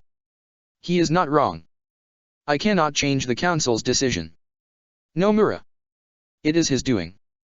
Itaki spoke, strapping the sword to the back, standing straight as the finest arrow. It is done. It matters not. For now. Then he left the office, Serizawa in his wake, Frost Village bound. The sun was behind the peaks that cast omens on Yoshiwara, a place caught between rain and leaf, a dream unfulfilled. Did the one with virtue who bore you weep when you stuck it in? Not everything is a sheath and a sword, huh, Kiryu-san. Kiryu smiled, face half shaded by shadows, fracturing away from the little light that existed in her room that was luxuriant, decadent against the lantern's lusterless red. You have a strange sense of humor, Hanakoto-san, Kiryu spoke, putting down the teacup on the low table set before him. Your words spoil me, Hanakoto spoke, playful, moved the deep red fan back and forth, and her eyes, like pristine black agates, twinkled in her face. I was honest, Kiryu spoke, expression sober. He will not give Ieyasu-sama the lands. Not when the lease ends. Nioi, hush now, Hanakoto spoke, and the little Kamuro stopped playing the flute, blinking away sleep from her spring-sweetened face. I did not doubt you, but, she paused to place the hand fan down on the low table, how do you expect me to convince Ieyasu-sama? Itaki is dear to him. He may not show it, but it is true. You ask of me to do the impossible. I am a proprietor, not a witch. She reached to the back of the head to grab hold of the meticulously combed long hair, pulled it forward, and settled it delicately on the shoulder that was heavily powdered to an unnaturally white state. Gold makes men bold, Kiryu spoke, unable to conceal his amusement. Without the lands, his business suffocates. Leaf gains strength as we speak. It would all be over. Hanakoto did not say anything, moving her fingers through Nioi's hair, who placed her head in Hanakoto's lap. Danzo is a busy old man, Kiryu went on, eyes on Hanakoto's face, whose beauty spoke through the room's haze.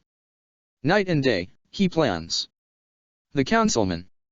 His dear confidant, whispers in Leaf, and you can swear on his terrible intentions. Soon, someone would listen. Time is not something we have. It flies. You know this better than men. A bit shaken by his comment, eyes revealing a glooming glimmer, Hanakoto sighed. I cannot do this, she confessed, visage changed by honesty. Ieyasu-sama would never listen to me. He trusts Itaki more than I. More than you. You ask for a miracle. I send him all your missives, yet he is nearly silent. What do you hope for? I do not understand you men. And Hanakoto turned her face away, white powder graying under the shadow which overwhelmed. He has asked of you to become his concubine. He listens, Kiryu remarked, and Hanakoto looked at him, fury hidden by the color's depth in her eyes. Make him listen some more. Whisper like Itaki whispers. It is not hard to sway a man's heart. Itaki. He is cold. Winter that ruins spring. He does not love. The boy. A weakness that he wears to taunt your heart. He flaunts it for he likes to be the martyr. He would listen to Suzuki, and that boy does not like to share. You should not press your luck with that man. He will not choose you. A clever woman like you must know this. And Kiryu leaned forward a little, picked up the teacup that was still warm, and took a generous sip, not forgetting to smile. Hanakoto, struggling to mollify her anger, let out a quick breath. You know your way around Leaf. And Yoshiwara. Clever man. Perhaps too clever for your own good, she spoke in a harsher tone, yet maintained the showy mannerisms she had learned in this house as a child. Ateu must always appear ladylike. Itake-sama. Nioi chirped and sat up, clapping her hands together. He's so pretty, makes the girls blush. I want to be his wife. Nioi. Hanakoto reproached the little girl who sat cross-legged by her side, a flute held tightly in her right hand.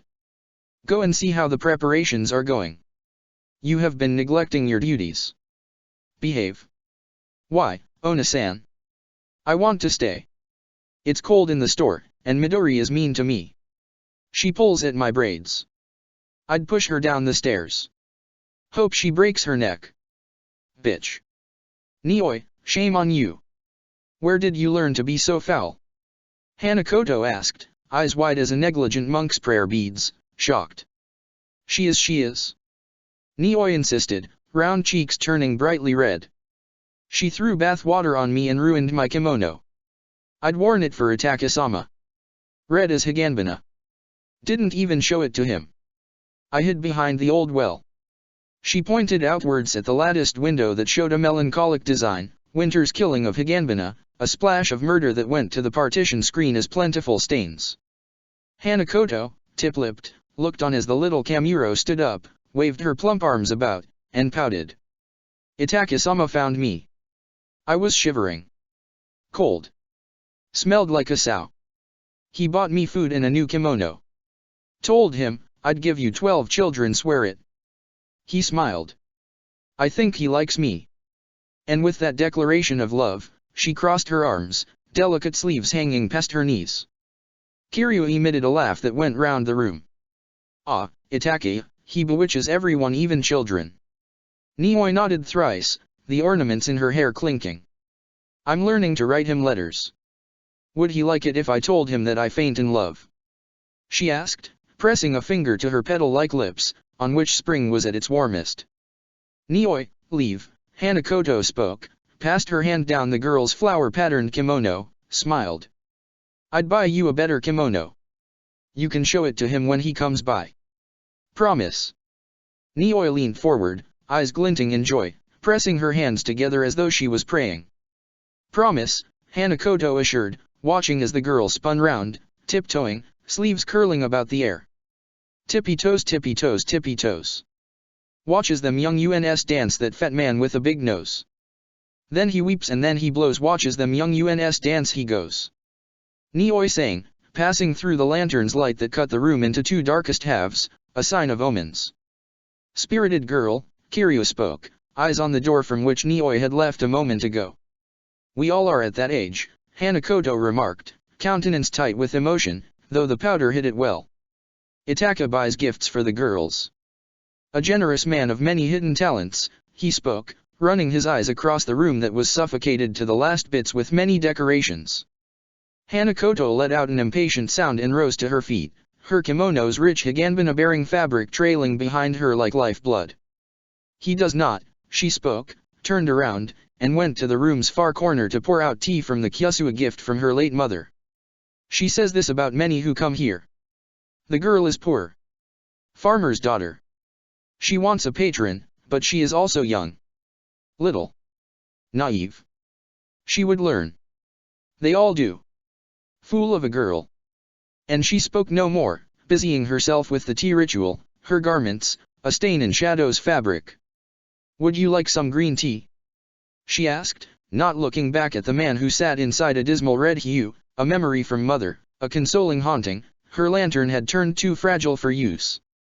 No, I am quite content with this, he answered, raising the cup to the lips, tasting the honey in every sip of this richly brewed tea. This girl, Hanakoto sighed, speaking to herself, hair spilling from the shoulder to fall like a precise brush stroke down the waist. She did not brew this right. I teach her and she learns nothing. And she stood without speaking for several moments whilst watery sounds filled the room in the place of silence. I have approached Tsunade, Kiryu spoke, voice more pronounced as though he had added more force to it. She is Curious. You need more than curiosity, Kiryu-san, Hanakoto spoke, poured out green liquid into the cup, and turned a bit to look upon the man who had brought more than just trouble to her doorstep. Curiosity can be a terrible habit, he spoke, rising up, silk garments casting off the murky scarlet. It is a seed. A disease. Once it takes root, it never leaves. And Danzo? You hope to change him with curiosity, too? You play with fire, and you want to burn me with you, she spoke, turning fully, kimono catching light to become vermeil. I do not, he spoke, unrelenting, countenance hardened by his conviction. I want more from life. So do you, Hanakoto. Hanakoto stayed silent, watched whilst he walked to her, his face a secret in the lowering sky's lamentations. You do not want to be a concubine forever, do you? Kiryu asked, and his eyes, like haunted abodes, awakened with the coming of Sharingan's noise, and she was rendered naked by them. All over again. You can become his arm. His strength. He would grant you the honor you always wanted. Coveted. Deserved. Itaka can make promises. He does not know how to keep them. He is a liar by habit. You and I both know this to be true. And with that, Kiryu placed the scroll he had in his hand on the table, right next to the still warm Kyuso, and left the room without another word, and in his wake, a storm gathered more fury in the sky's vibrant deeps, flashing white through the latticed window. He appeared deep into the forest, moon guiding the way, casting pale streaks across his face, and there it was, a place he was supposed to meet up with her. When would it all end? How easy was it to just walk away? He was not the type to admit defeat, lay down the arms, run away from trouble, but something had to give something. He ran up the peak, breeze against his face, it was colder now. Winter, slow and steady, was nearly here, and when it came, it was quick to lay waste to autumn's leftovers with a joy that was callous. He did not have time. No time. When he reached the cave's mouth, he saw black shiver against Moon's intrusive nature.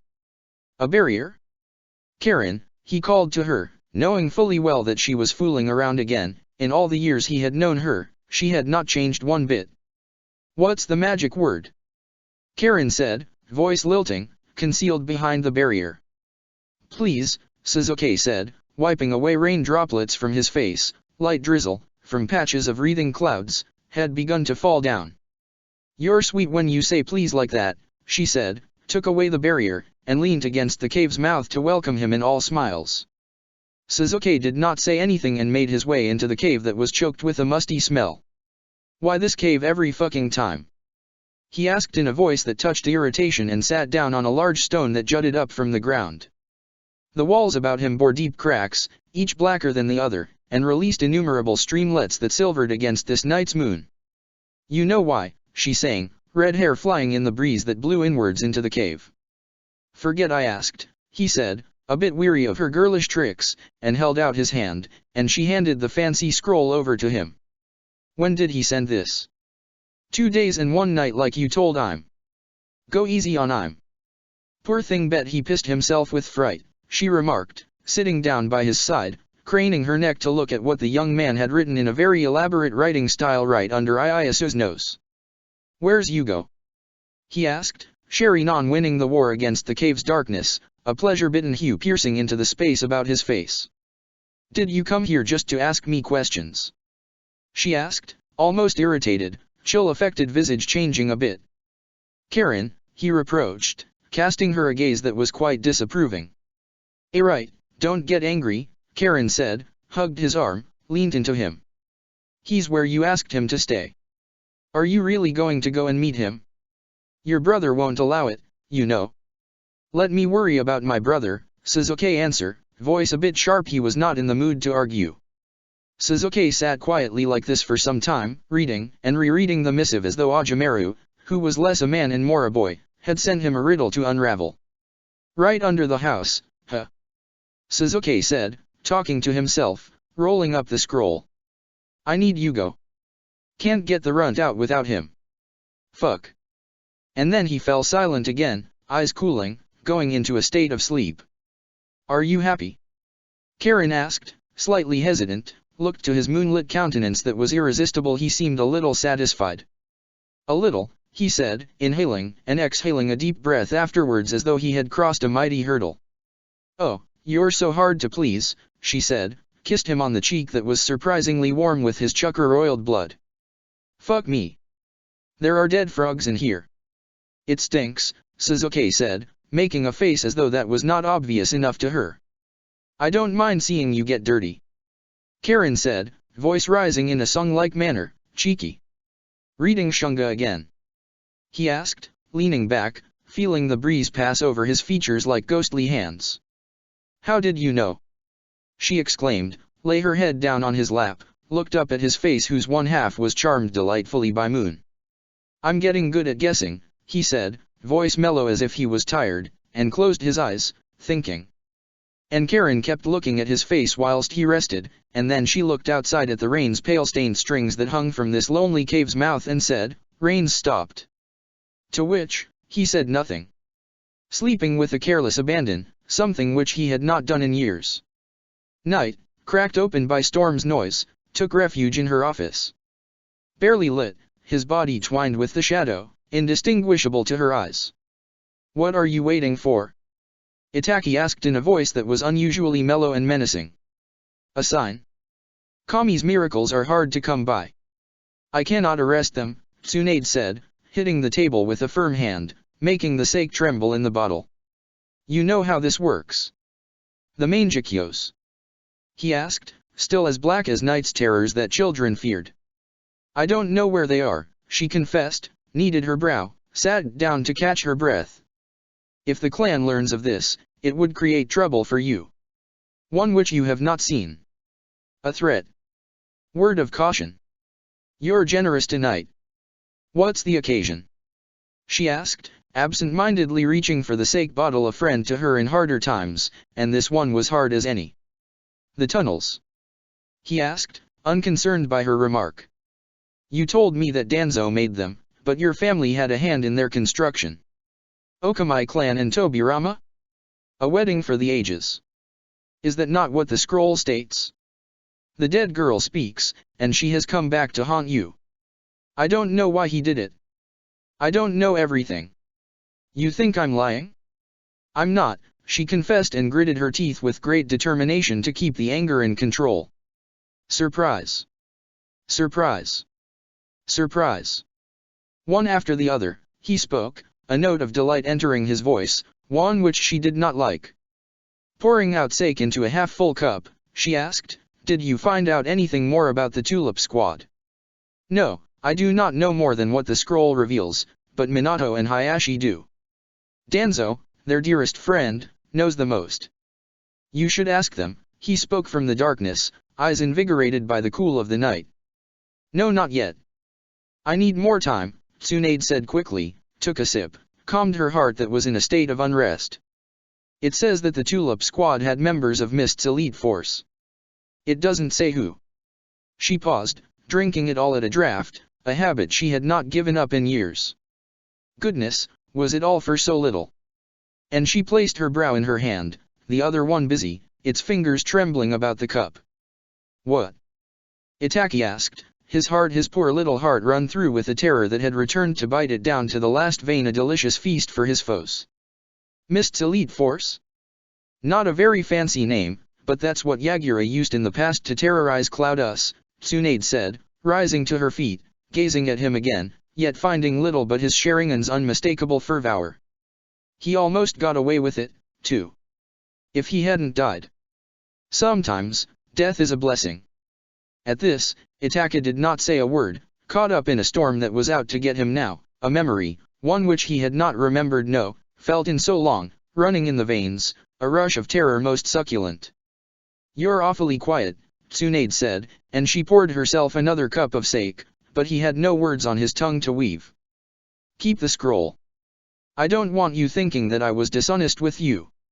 And with that, Itaki had left her office, scroll in hand, attacked by the past he thought he had cast out into the earth where it was to remain, but nothing was a secret forever. Nothing. Itaki-sama, a voice spoke, broke from him the thought that had besieged the spirit, trammeled it to a man who was long dead. Itaka turned from the cliff's edge, dusk's sun brave on his back, hair tangling in the breeze that was sweeter than leaves.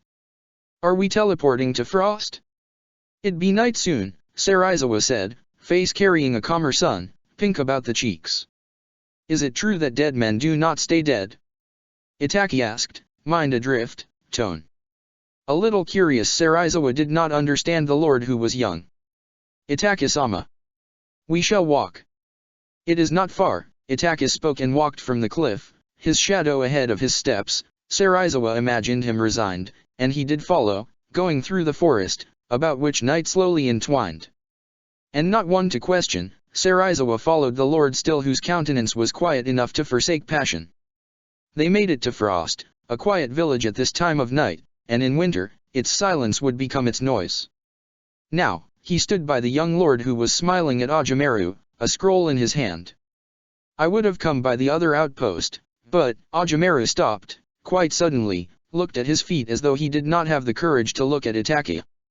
Does Hidetada know? Itaki asked, smiled fully, almost a spirited smile, a specter on his lips. No, Ojamaru mumbled, crestfallen he was desperate. I will speak to your father, Itaki spoke, watched as Ojamaru's face changed dramatically with an earnest smile. Ojamaru, lost for words, could only bow in answer, his joy was boundless. Then he left the office in cheerful silence, his attendant in tow. Did he really? Of course not, Itaki spoke, walked to a chair behind the table, and sat down. Outside the window, a night-scarred land stretched out to the sky, in whose fabric moon sparkled beauteously.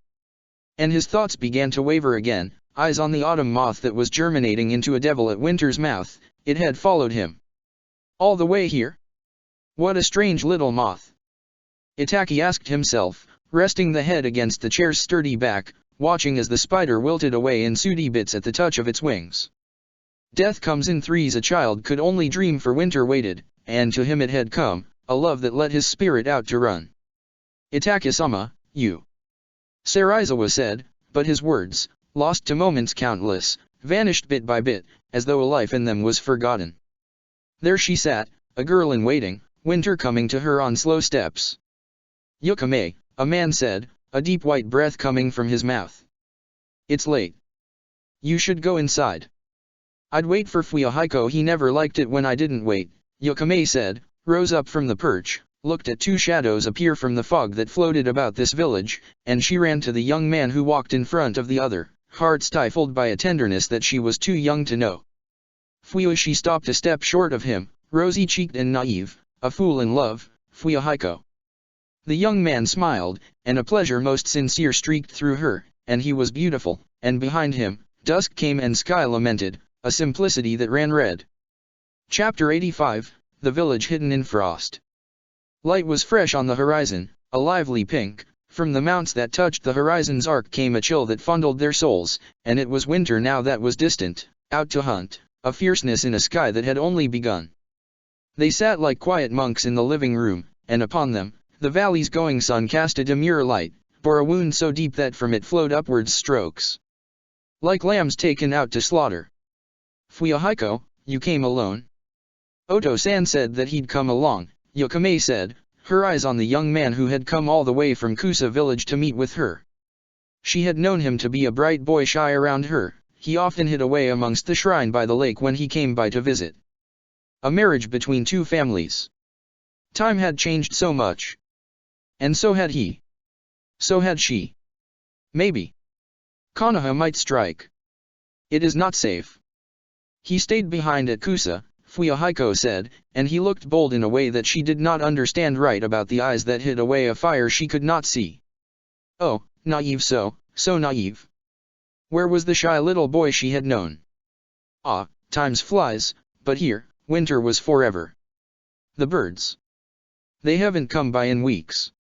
Do you think he? The man called Masayoshi said, his bearing that of a warrior who had braced many winters, stout, bulky, tall. He looked more an ox than a man, bushy brows half concealed the twinkle in the eyes, a trickiness Fuyahiko did not miss. They must have. And he said no more, as this winter's bite was harsher than the last, and you could not always bear winter's designs. Things were meant to perish at its feet, an inevitability you could only lament. That's unfortunate, but I won't give up hope. Kami is on our side. We'd get through this, she said, emotions betraying her tone of voice, which was sweetly girlish, despair's shade enveloping the eyes, rendering the winter-loved light gloomy. Maybe you should send out a sign, anything. We mustn't sit like this. I haven't received any missive, Masayoshi said, grays and yellows illuminating his withered visage, his mouth turning down. Did he?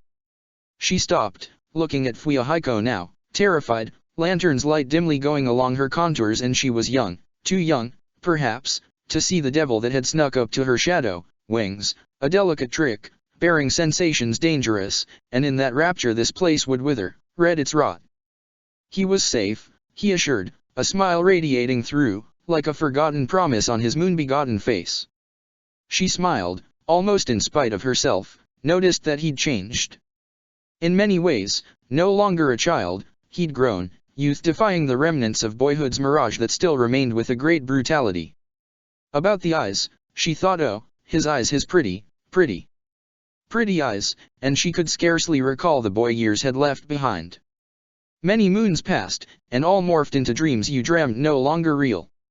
You would stay for some nights, she said in a manner as though it was an entreaty, hesitation evident in her speech, eyes on his that left unsaid more than they said, blacks into which reds pitiless had congealed. Till Oto-san comes back. We should head over to the northern outpost, contact Cloud Shinobi, send them a warning, Masayoshi suggested to Yukame, who was caught up in silvered gossamers, a fool's paradise, in a voice that was peculiar, his words falling, a leaden object hitting the wooden floor, walls, and furniture in insistent beats, but her mind was reticent, hardened to his voice. Perhaps we should wait for a day. 2 maybe? What do you say, Fuyahiko? She asked, eyes on Fuyahiko's face, his countenance about which the air was ambrosial, discordant about him this sun's death across sky's veils. Whatever your ladyship decides, Fuyahiko said, eyes creating a mimic smile, lips sober. Hide the eyes, hide the heart, what pleasure to sink. Only sink. Did you drown in fearsome agonies? And at this, she had exhibited a shyness befitting a young bride, and together, she thought, they would take over the world, battle it out till the bitter end, come out on the other side. Into a winter that would endure leaf's May, devour it to its hollowed heart, and satiate the flesh in spring's desire, mock leaf in ways that it would blush in autumn, and in death, with streaks running along its streets like children out to trick. And just like that evening was lost into the night, its celebratory hues a terrible omen, at night the valley was colder as though it was suffocated by a shivering Kami's hands. From the north came soul-leeching winds, and they wailed like children's ghosts that had come forth from the crevices in mounts to haunt the living. When night deepened, cut open by whites from the growing moon above and the mists below, Fuyahiko saw Yukame wait at the village's edge, a place where a Kami stone child sat, buried deep in snow. By its feet, she had left a little flower that had withered away at the touch of a wind that knew no mercy. Grey and rotten. What love had it promised in its petals? And the moon laughed, a cruel child in him, joyous at the victory that was too delicious a taste that was spirit-tempting. Her kimono, white as the snow about her, merged with valley and world, flowed in careless waves upon the air, and it was hard to see where she stood. As a little woman who was all alone, and night after night she did the same, and the moon above grew, to devour what little of her heart remained mind, a toy in its hands. The next few days were spent in leisure. It was as though a mirage had come between her and the world beyond, and Fuyahiko was all that she could see, nothing more. Oh, what joys she would reap at their union! A tale of maidens and princes of loves? He was like a dream, no, he was the dreams she dreamt, her prince. She took him to various places in the valley, her hand in his whilst she led the way. The shrine by the lake was lovely, a quiet place, a still lake. Wind-bird as it ran through the rimy waves, stones, boughs, and there they stood by the wilder mists that rose, roiled, ran amok, a place where all ends would meet, a parting of a lifetime for this little woman. You used to come here as a child, she said, a giddiness in the voice, breaths barely discernible from the whitest veils that had enveloped the valley to the last bits. There you hid there? She pointed to another Kami stone child whose broken smile was stuffed up with wispy snow, and it seemed as if it had choked to death, turned to stone, become too still to be seen. I don't remember, he said in the most honest manner that her smile changed. Almost immediately. Was she disappointed? A little sad? Poor, silly little girl, and she was almost a woman, too, ripe and ready to be knifed by his chilly love. It was a long time ago, she said, almost sighed, looked ahead, faced the snow that fell sideways at wind's mercy. He did not say a word, less lost more curious, looked at the girl who stood at womanhood's door. How said that her tale would be at an end? At the cold valley's foot? The rest of the day was spent under nigh joyous sun that had come out to look down on the valley with a gold eye, and still, flowers could not bloom, buried deep under the unifying grave this season had dug up. Very kindly, and more were on the way, red and rotten. What joys would winter bring, rosy blotches like parting flowers across the valley's graveyard. Silence was forever, too. I want to show you something, Yukame said, happy and careless, dragging her beloved to the little factory by the pathways and a reluctant Masayoshi in tow, whose guarded features, washed over by morn's curious yellows, exhibited a fierce appearance. When Fuyahiko looked up, he saw smoke, thick as ropes, climb the air's unrelenting garment. He smiled, felt her squeeze his hand tightly, went inside right behind her. The inside was warmed by fires, and men toiled away at the large sieve, collected from the funnels a red mineral that was ground into dust. This came from rain, Masayoshi said from behind him, his voice booming in all its unnaturalness against the grind of the machine. Cloud has been most generous in offering us this machine. It removes the impurities without affecting the mineral. Kami's stone, Fuyahiko said, more like whispered, looking at the dust that was more liquid than grain as though Kami was bleeding out, and its life blood was being poured forth from the machine in rivulets. Yukame started walking, going through the sunlight that had been lightly roasted by the mineral's dust, which floated in the air, lighter than dust motes. Our men have been working hard, she said, looking back at him, smiling ear to ear. It'd take time to send this out to the nearest outpost, but Cloudnin have aided us. Fuyahiko stopped, a smile decorating his features, lips amber upon his milky face. In the sun, he looked beautifully ghoulish, like a daemon let loose upon men. Have you done it? He asked, heart a little rowdy in anticipation. Why yes. Yukame exclaimed, springing forward to grab him by the hands, cheeks radiating in delight and naive love. They helped us. We've trapped the power in the Kinjutsu. Now, we can carve out mountains. Leaf won't terrorize us anymore.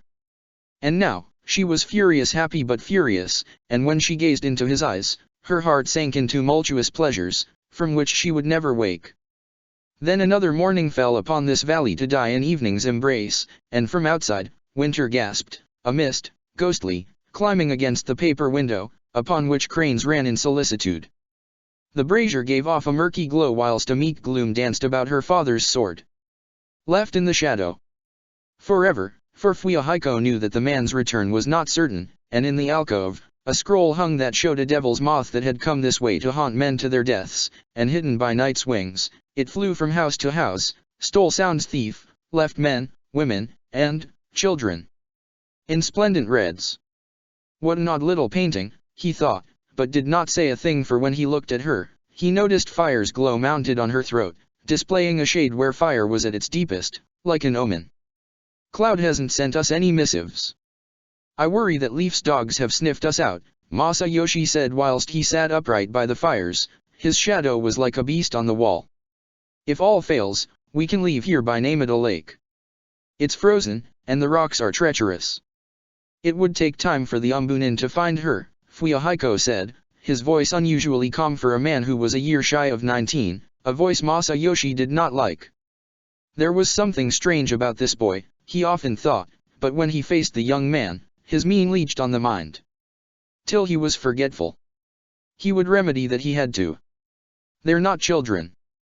They'd pick us off one by one. This winter is too harsh for Leaf Shinobi. You'd have to place your trust in me. The Miran Pass is our only way out from here. We can slip out and take the Kinjutsu with us. That way, no one gets it. That seems to be the only way, Yukame agreed, much to her caretaker's dismay. It's as if she was bewitched. I pray to Kami that Oto-san. That he. Maru-san hasn't come back. I fear that there are snakes among us, Masayoshi pressed on, stealing a harsher glance at the young man he knew to be trouble. That bloodsucker Ieyasu. He wouldn't let this go. He'd hunt us down. We have to make it to Cloud's outpost before dawn, warn them of the coming attack. At his voice that was heavy and came from the heart, she looked down, wore fire's hues on her visage, and nodded, and after a beat, Fuyahiko nodded, too, a hesitation Masayoshi did not miss. Night came slow and sleepy and sober. In Red's wake it had waged a silence to hide beneath its terror a sepulture, and she was still shy, something that was expected of her, and she stood on the terrace, by Fuyahiko's side, hand in his hand, heart in his other hand, and she looked down upon the lovers, naked like babes among the sere fields, splashed by a moon that had gathered fury tonight. This will bring our crops luck, she said, leaning against his taller frame, and when she looked up, truly looked, she realized as to how white he was.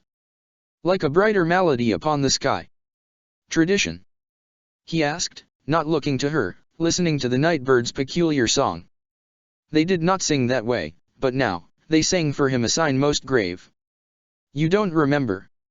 She said, laughing, and her laugh rang out against the quiet of the night, tumbling in its hollows. He did not answer, listening to the songs that came from the valley's heart that was deepest, and it was black, a forest full of horrors that haunted men in their sleep. At its verges, snow shone pristinely at moon's playful veils. It was a moon that was growing bolder, still a night away from bedecking itself in fire's armaments, a shield impervious to pity. Well, she began, almost squinting the eyes to look closely upon his that, for a beat too quick to be felt, appeared red. It was a long time ago. Too long. And as if a sleepless wish returned to her heart, she breathed in deeply of the forest's dying breaths, for this winter had smothered it too keenly. Come with me, she said with a sweetness, grabbing him gently by the hand, leading him inside to the living room that was warm. I have been making something for you. You have? He said, a bit playfully as if he was speaking to a child. She laughed a little, nodded, pulled out a scroll from her sleeve. It's a picture of you. She said in a tone that was softer than before, unrolling the fine paper scroll, showing the paints to him that had dried up in the finer pores. Frozen. Before Fuyahiko could say something, his attendant appeared from the shadow's grip, obedient. Startled, she looked to him and then to Fuyahiko, a little indignant that their talk was interrupted. We should check the borders. Something doesn't seem right, he said, a tall blot in black's lighter side. Fuyahiko turned to him, his fine clothes and finer face absorbing moon's abundant lights, his back to her, throwing a black on her form that was most distinct. We haven't received any news. Should we? Fuyahiko asked and looked down at her, and she, up at him, cheeks pinked by the cold in her heart's fearless summer. No, we should wait at least till morning. Oto-san would want us to, she said, gazing down at her feet, eluding his eyes. Is there any safe way to contact him? I might. It's fine. I'll deal with it. You're my guest. You should rest. This isn't your burden, she said, not looking up, rolling up the picture she had drawn of him. Taku. Yes, said a small boy who had come running. Show them their rooms. The night is harsh and long. We can talk. In the morning, she said and turned away, from the moon and from him, painting clutched in her hand. An idle night awaited the young man and his quiet attendant, and when he looked out onto the forest from the little window, he saw Masayoshi rush into the darkness, but the moon saw it all, and its nature could not reconcile the night to the valley of murders below. And deep into the night's death, Fuyahiko heard loud knocks on the heavy door. He wore the haori, which the attendant brought to him, and opened the door, greeted by Yukame who was distraught, tears shimmering in her eyes. Is something the matter? Fuyahiko asked, opening the door fully, letting the white light in. Masayoshi left, but, she stopped, clutched at her breast, gulped down a mouthful of frost-drenched air, but he hasn't returned. I'm afraid that something and she bowed her head, hiding the tear-streaked face in shame. Spies. No, never. Yukame shouted, snapping her head up as though he had insulted her greatly. Cloud promised us that we'd be safe. I'd send in good men to look for him. I fear that Leaf must have got to him. Do not worry. I can go out and look, Fuyahiko assured, smiling now like the full moon, resting his hand on her shaking shoulder. But what would you? I may not look it, but I can guard my life. And yours, he said, still smiling a tempting smile. Tadashi here is a good shinobi. He would come to you if need be. And her voice, beaten down by anguish, lost its strength in the night that was dying faster and faster. Send your men with me. The more the better, he said to her, assuaging her worries, and looked at the attendant who nodded at him. And when the night was young but breathing its last at Moon's door, Fuyahiko took up his father's sword, and went into the night with the ladyship's men. And what a night it was, led astray by moonlight's beguiling dances. Then he stopped by the flowers, the last in bloom amongst the withering land, and the sword rose and then it fell, with lightning precision the men could not see, and one by one they dropped into vibrant gushes that had run out from them. Habuki, the young man spoke, voice smooth, slipping along the air as if it was not there. Yes, my lord, Habuki said, obedience seeded into the voice, and helped the lord take off the sublime garments and put on dutiful ones, burdened by fire's decree. Then Habuki gave the white-faced lord a white Hanya mask, a complementary instrument, with two horns that pierced the air more sharply than the cold, and the young lord placed it before his moon-bleached face and looked ahead, his visage that of a daemon knight had angered. Call them, he spoke, voice deepened to a fury-seduced noise by the clay mask's barrier. Habuki nodded and mimicked the nightbird's sounds, and within a moment, masked men dropped down, their posture obedient, shadows long and solid behind them. What are your orders? One of them who wore a frightening mask into which a deep smile was carved asked. The spreading lands behind them whispered, wind whirring in muted tones from the valley's deeps. There are outposts nearby. Carve out a path. There ought to be nothing but silence in their wake. Peace, the Lord spoke, and the words rang out into the night stilled by this fiend. In complete silence, the man nodded, and then they slipped away, vanished in every direction, clay mouths ravenous, starved for a little red. Then the Lord looked at his attendant, his mask carved out of fire's whitest fury, eyes burning through in rotating flames. Of punishment that he had come to deliver. Be swift. Be silent. Reserve your mercy, he spoke in the honeyed tongue of a monk resigned, and down he looked at his whiter-than-white arm, mask sorrowful, eyes, drenching in a martyr's farewell, slanted in grief. And he wounded the pristine arm, and from the gash, pleasures came out in hot streamlets, and in their wake, black ink emerged on his pretty skin, and as it fell into the soil, each assumed a soul, body, an eyeless face that looked just like his, and all four of the night-robed creatures let out shrieks, hungry. So hungry. Vanishing with their lord towards the valley that still slept under a spell. Heart, terror-bound, Habuki stood at the cliff's edge as he looked down onto the valley for which this night was the beginnings of all ends. From the valley's law-buored whites, its bowls, came beasts, night-lured and moon-loved. They emerged by the little boy deity's stone statue, guided by a young man, upon whose mien white was brightest, fiercest, cruelest, and at their backs, the lakeside. A shepherd with a flock, he had returned with a purpose, hollow their breasts, in his hand, love-streaked and cold, winter's love letter to the village its last death. How fast they slumbered, naive men. And when night dreamed a devastating dream, he came at the village, creatures in tow, whose hunger had only begun to tempt their maws, and into the whites that draped the grounds they went, one by one each a blot, a black terror. And that demon, that youth, descended upon the village like a plague, house to house he went, and passions gurgled out into the whites, a stain that grew his father's sword drenched in the hand's sin. Soon, scream clove the knight's breast, valley's heart bleeding out. Habuki ran to the village that was red in all flames. Children dead and crying limbs upon limbs, bodies at the village's square, primal odor upon the air, moist with blood most fresh. Sick, he pressed his hand to the nose, stomach retching at the sight of one beast as it feasted upon a child's corpse, the creature's pretty mouth, now, torn up and sharp, like a hot knife, and over again it stabbed the little one's breast till it was sundered from the half below he could no longer make out the child's face. Embers from the factory rose, and up they went, soot rolling, a hellfire roaring, raking night's peace.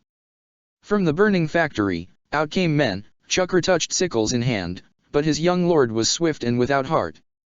He went through them, cut them open at the neck, clean and fast his hand. Did they see when they died?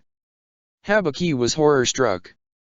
Fear, a thief, that had robbed him of the breaths, and he only stared as a little babe, with a wooden toy in hand, toddled to him, wailing, its sweet face, hands, and dress, mottled with the mother's signs. His lord had shown her no mercy. And it still looked at him, eyes shimmering with the fire's glow and many tears, hiccuping, shaking, falling down into the snow. It did not have the strength in the little feet to rise again. There must have been signs of milk about the mouth, shaped like a flower pinked in bloom. Habuki, his lord spoke his name, and the soul could only shiver in answer, his deep and slated shadow upon the little one. Girl or boy, he did not know, 2-3 maybe. And he felt the heart burn into his eyes, crawl down the face to the beating throat, slow his grief, so slow. They decided the child's fate. Do not let your heart wander. And this, the young lord spoke, his voice of the surest tune. And Habuki, still looking, shaking, moaning, raised the hand that held the blade, his heart, a noise that terrorized him senseless. The tears kept coming, grief running to and fro, wildling in the veins. At last, his hand fell. He could not do it, he could not do it, he could not. Sudden a red streak, deep and clear, carved across the child's little throat, and its tiny features almost froze, grief-affected face softened, and light, its fire, dimmed in the eyes as though a candle had gone out. Then, with the most beautiful naivete still upon its face, it fell sideways, a vividness gushing from its neck and going up the snow. And the realization had made it clutch the wooden toy with a strength that it was cracked in two between its plump fingers. It was as if Habuki's spirit gave way, could not brace winter's apathy, and with a hiccup that was sharp, breast shaking, he collapsed to his knees, his mask that carried a little of the taint fell from his face. And he drank the deepest breath, with a hunger he did not think he ever had, and then he wailed. So hard that against the crackle of the flames, night could not swallow his anguish. Habuki wept like this for what felt like a long time. Behind him his lord stood, silent. His creatures had feasted, bellies fat and full, their gluttony, hunger in the pitiless eyes, insatiable. Now, two of them stood by the young lord, heads hanging in obedience, faces white and pretty, almost sober. Serene as though the primordial ache had passed, it was uncanny as to how they looked, much like the lord, bewitching, though they had no eyes to bewitch. Habuki, the lord spoke, and his voice was almost sweet, do not weep. Your heart is kind. These children would have grown teeth. Haunted you. And he looked at the little one he had struck down, Hanya mask in place, spattered, akin to Higanbana's death on Winter's visage. Sometimes, it is best to spoil the seed before it takes root. An easy life. A short death. A blessing. Habuki was quiet, shivering in the callous cold, watching the child, from whose eyes the spirit had been ripped out many moments ago. Now, in snow and death, it had nothing left to do but to harden and undergo a slow rot. His heart could not bear it. Cast out the grief and come to me. The Lord spoke again, softness in the voice giving way to a dry command. Before the moon gains its full height. Mind before heart, Habuki. Mind before heart. And with that, he left in the direction of the main house, creatures by his side, moving in a manner as though they were floating, and behind him, Habuki bowed, as though under the flame's weight, wept by the child. Left broken by his lord's artful winter.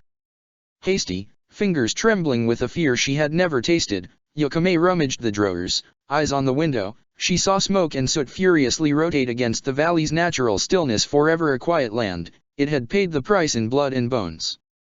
Who? She wondered, weeping. Who would do this? Surely Fuyahiko, her Fuyahiko, had fought hard for their honor. Was he really gone? To the world beyond? Her heart sank like dead shoals in poison-laced waters. And she sat on the bed, head leaned down, tears ruining the paints that had soaked through the scroll hours ago.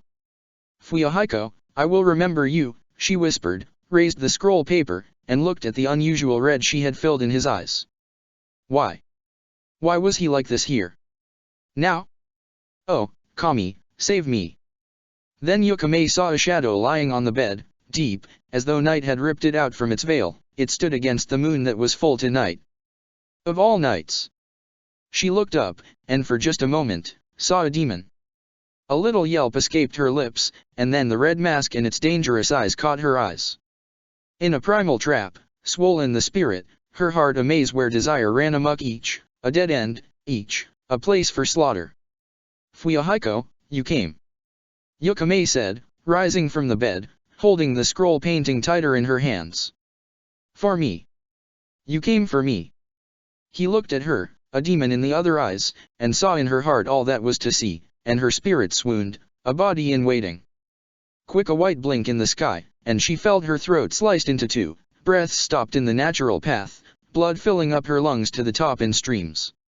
Love you, she wanted to say, but something like a jumbled sound gurgled in her throat, and she fell on the bed, blood spattering onto the many scrolls that she had taken out from the drawers. Her limbs twitched, blood and nerve signals going like tiny shoals in disarray through the veins, but after a few moments, she was dead, drained, and done. Habuki came running, his shadow a cold dust that marked the walls. His eyes fell on the boy servant first, dead, toes barely touching the floor. He faced the wall, a kunai stuck in his neck. His lord had pinned the boy to the wall, and florid stream came from the wound, though with less intensity than it must have before. Habuki stopped, looked at the lord once, who was too quiet, his body's presence a charcoal on the poor girl he had slaughtered. She does not have it on her. Not at this moment, he spoke, sheathing the sword, looking back at the moon that looked at him. Burn the house. Little secrets they kept. Turn them into soot. The lord made to walk, but he stopped to look at the painting of him, upon which a solid stream from her veins dribbled. Fool, he spoke, voice a smooth breath, and then he left to the lake. Habuki, unsure, afraid, a little lonely, looked about at the room that was lovely. Decorations and all, and with a heart that had known grief, he let out a breath of flames that sat on all pieces of furniture, paper, her body blackening the features, eating through. Soon there would be nothing left of this place. Of her. And he turned away from her charring face that had lost all its features, just a lump of sooty bones, and met his lord at the quiet village's square, who had picked up a flower and was observing it keenly. It's gone bottom, he spoke, turning the flower's soft grey petals between the fingers. Without the straw roof, winter has silvered it. A little sad. Then the lord released the flower, and upon ivory wines it rode through another death, and to Lake Yukinari they walked, a place where the first settler's boy had drowned many centuries ago. Miran Pass was named after another boy who got lost in the snow and died. The valley's gorge, they said, was haunted by his moans. Superstitions. Habuki wanted to say, but when he cast a frightened glance on the village that burnt, he was not certain. At last, they stopped by the lake, its waters indigo underneath the bone-like layer. Habuki helped the lord take off the dirted sandals, jacket, shirt, and mask that was red as youth's blood, and the lord walked barefooted to the lake that had been unyielding to all, and beneath his feet, milk-like and indistinguishable from snow, snow simmered, diluted, and slid away. Then they touched the solid sheet of water, and first it cracked into jagged bits, and then it broke away into pieces, each a blinking crystal against the moon, and such was the heat from the lord's chakra-quickened flesh, that the lake, forced against its will, moved. The ice liquefied, first a trickle against the two white breast, and then a smooth cascade, and the lord leaning his head under the frothing water closed the eyes, his hair elongating down the spine, like an expert brush stroke against the finest scroll paper. Bits of red slid off the skin, congealing in the water that was warmed by him, crawling as twisting strings in colder currents. Further down the shore, the hair, grown to their original length, soaked up on water, pointed clumps at the end, dripping, and the back underneath the fluid black, now, bore warmth signs of it. A pink that lusted after red. The illusion had broken. My lord, it's cold. We should head out, Habuki said, holding the young man's garments in his hands, hesitant, a mixture of fear and obedience in his meekest tone. When no answer came, he walked to the water, knelt down, and washed the mask clean and watched as a rippling red cloud came up from the mask's pores, rendering it white all over again. Then he rose to his feet and looked over to his master again. At this, the young lord took in a deep breath that moved the sinews in his back, which was as pristine as before, as though it had never worn the hues that mocked passion's simplicity, and when he turned around, upon his countenance, tear troughs carved into the finer cheeks, mouth delicate but sharp and shapely, eyes subtly open, to reveal the father's legacy. In a way, the ablution was complete, and he helped the Lord wear the garments, signs of duty, and he placed the Hanya mask back on his face white again and washed of viscera. It, to Habakkuk, looked more ghastly than before. Then the Lord walked away from Habakkuk, and he followed, towards the lake's other shore. "Where are we going, my lord?" Habakkuk asked no answer, his words echoing, like the name he had taken, in the gorge, a deep slit in the valley's heart. Miran Pass. They walked like this for a while, the Lord in front, and he, inside his shadow, not knowing why they were going to the pass's other end. Wind moaned, dead children, anxious in death, as it passed by them. What a haunting place this was. The young lord still did not stop, for his hand had put out many young flames. Tonight, and his hand, a piece of him, was never guided by the heart. At last, after following a trail of straw roofs which wore snow and sheltered gonbotans, they arrived at a shrine. It was small, and many boy deities sat by the steps, quiet and buried in snow like the children that were lost, and as the wind, white and whirring, gained speed, the little bell's clapper made the tiniest sound, ring, ring, ring. Into the slit the sound moved, a beat, a valley's heart that was going. All of a sudden, his lord took off the mask, and worried, Habakkuk said, "My lord, why are you mustn't?"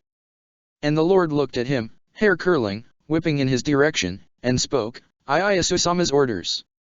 And then he smiled, a cast of winter on him, all of him, and soon, he was pure, soon, he was sublime, soon, he was beautiful. Again, in this time in all times. Part 3. Fuyahiko, you.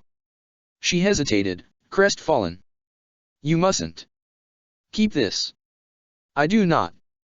I insist, Hanakoto-san, Fuyahiko said, voice young and handsome like he, and pressed a slip of paper into her hand, a little piece that sealed his fate.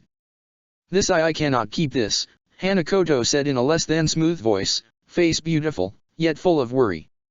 This place. It has eyes and ears. Keep this on you, for Sage's sake. You would put yourself in danger. Do not do this. I love you. Love you with all my heart, he said, took her hand in his, kissed it, a sincere naivete in his gestures that she could not miss. And Yukame? She asked, leaning a bit towards him, looking at his eyes that were the shade of the brightest agate. He stopped, but only for a moment. I'd whisk you away from here. I give you my word. I'd go over to Botanuki and tell Yukame that my heart belongs to you and you alone. And Hanakoto could not speak anymore. Take it as a gift. You might need it someday. I know you keep a little army, Fuyahiko said, smiling, a boy's smile. And Hanakoto knew that this was the end for him, but she managed a smile, teary-eyed, for she, too, was sincere in her anguish. Carefully, she placed the little paper, a terrible paper, in the wooden box by her feet and locked it up with a great hand seal. Drink your tea.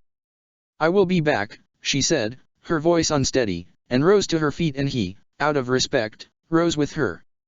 With steps heavy, breast heavier, she walked out, red of her kimono trailing behind, and she did not stop till she did not reach the room on the lower floor, a room where he waited for her answer.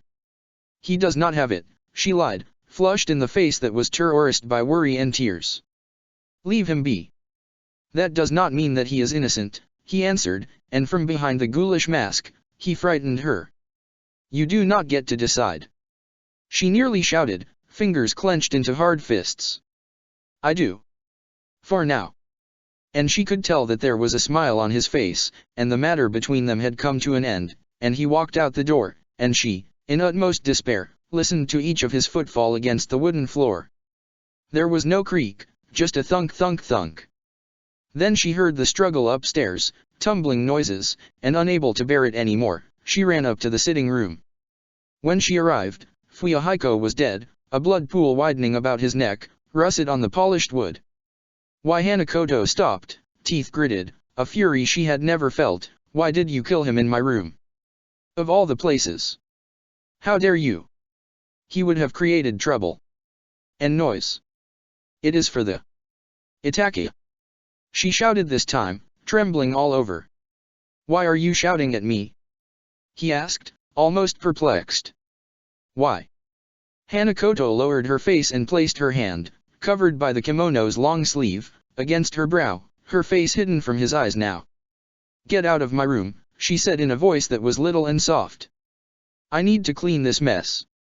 After cleaning the room and disposing off the body in the large cremation pyre, in a village close by, it was late into the night when Hanakoto called Itake to the large sitting room again. Women and men danced under the lantern's light oblivious, happy. Itake sat by her side, eyes on a man who was fat and well dressed. Who is that man? He asked, without the white mask, face no less white than the light the lantern exuded.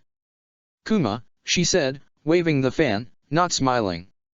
He looked at her in a manner as though he was amused. You should not mix with cloud men, he spoke, eyes surveying the room as though he was restless, and rook a sip from the tea she had given him. It probably tasted bitter as she did not put the care into it that was needed, though, if she were honest, he did not show it.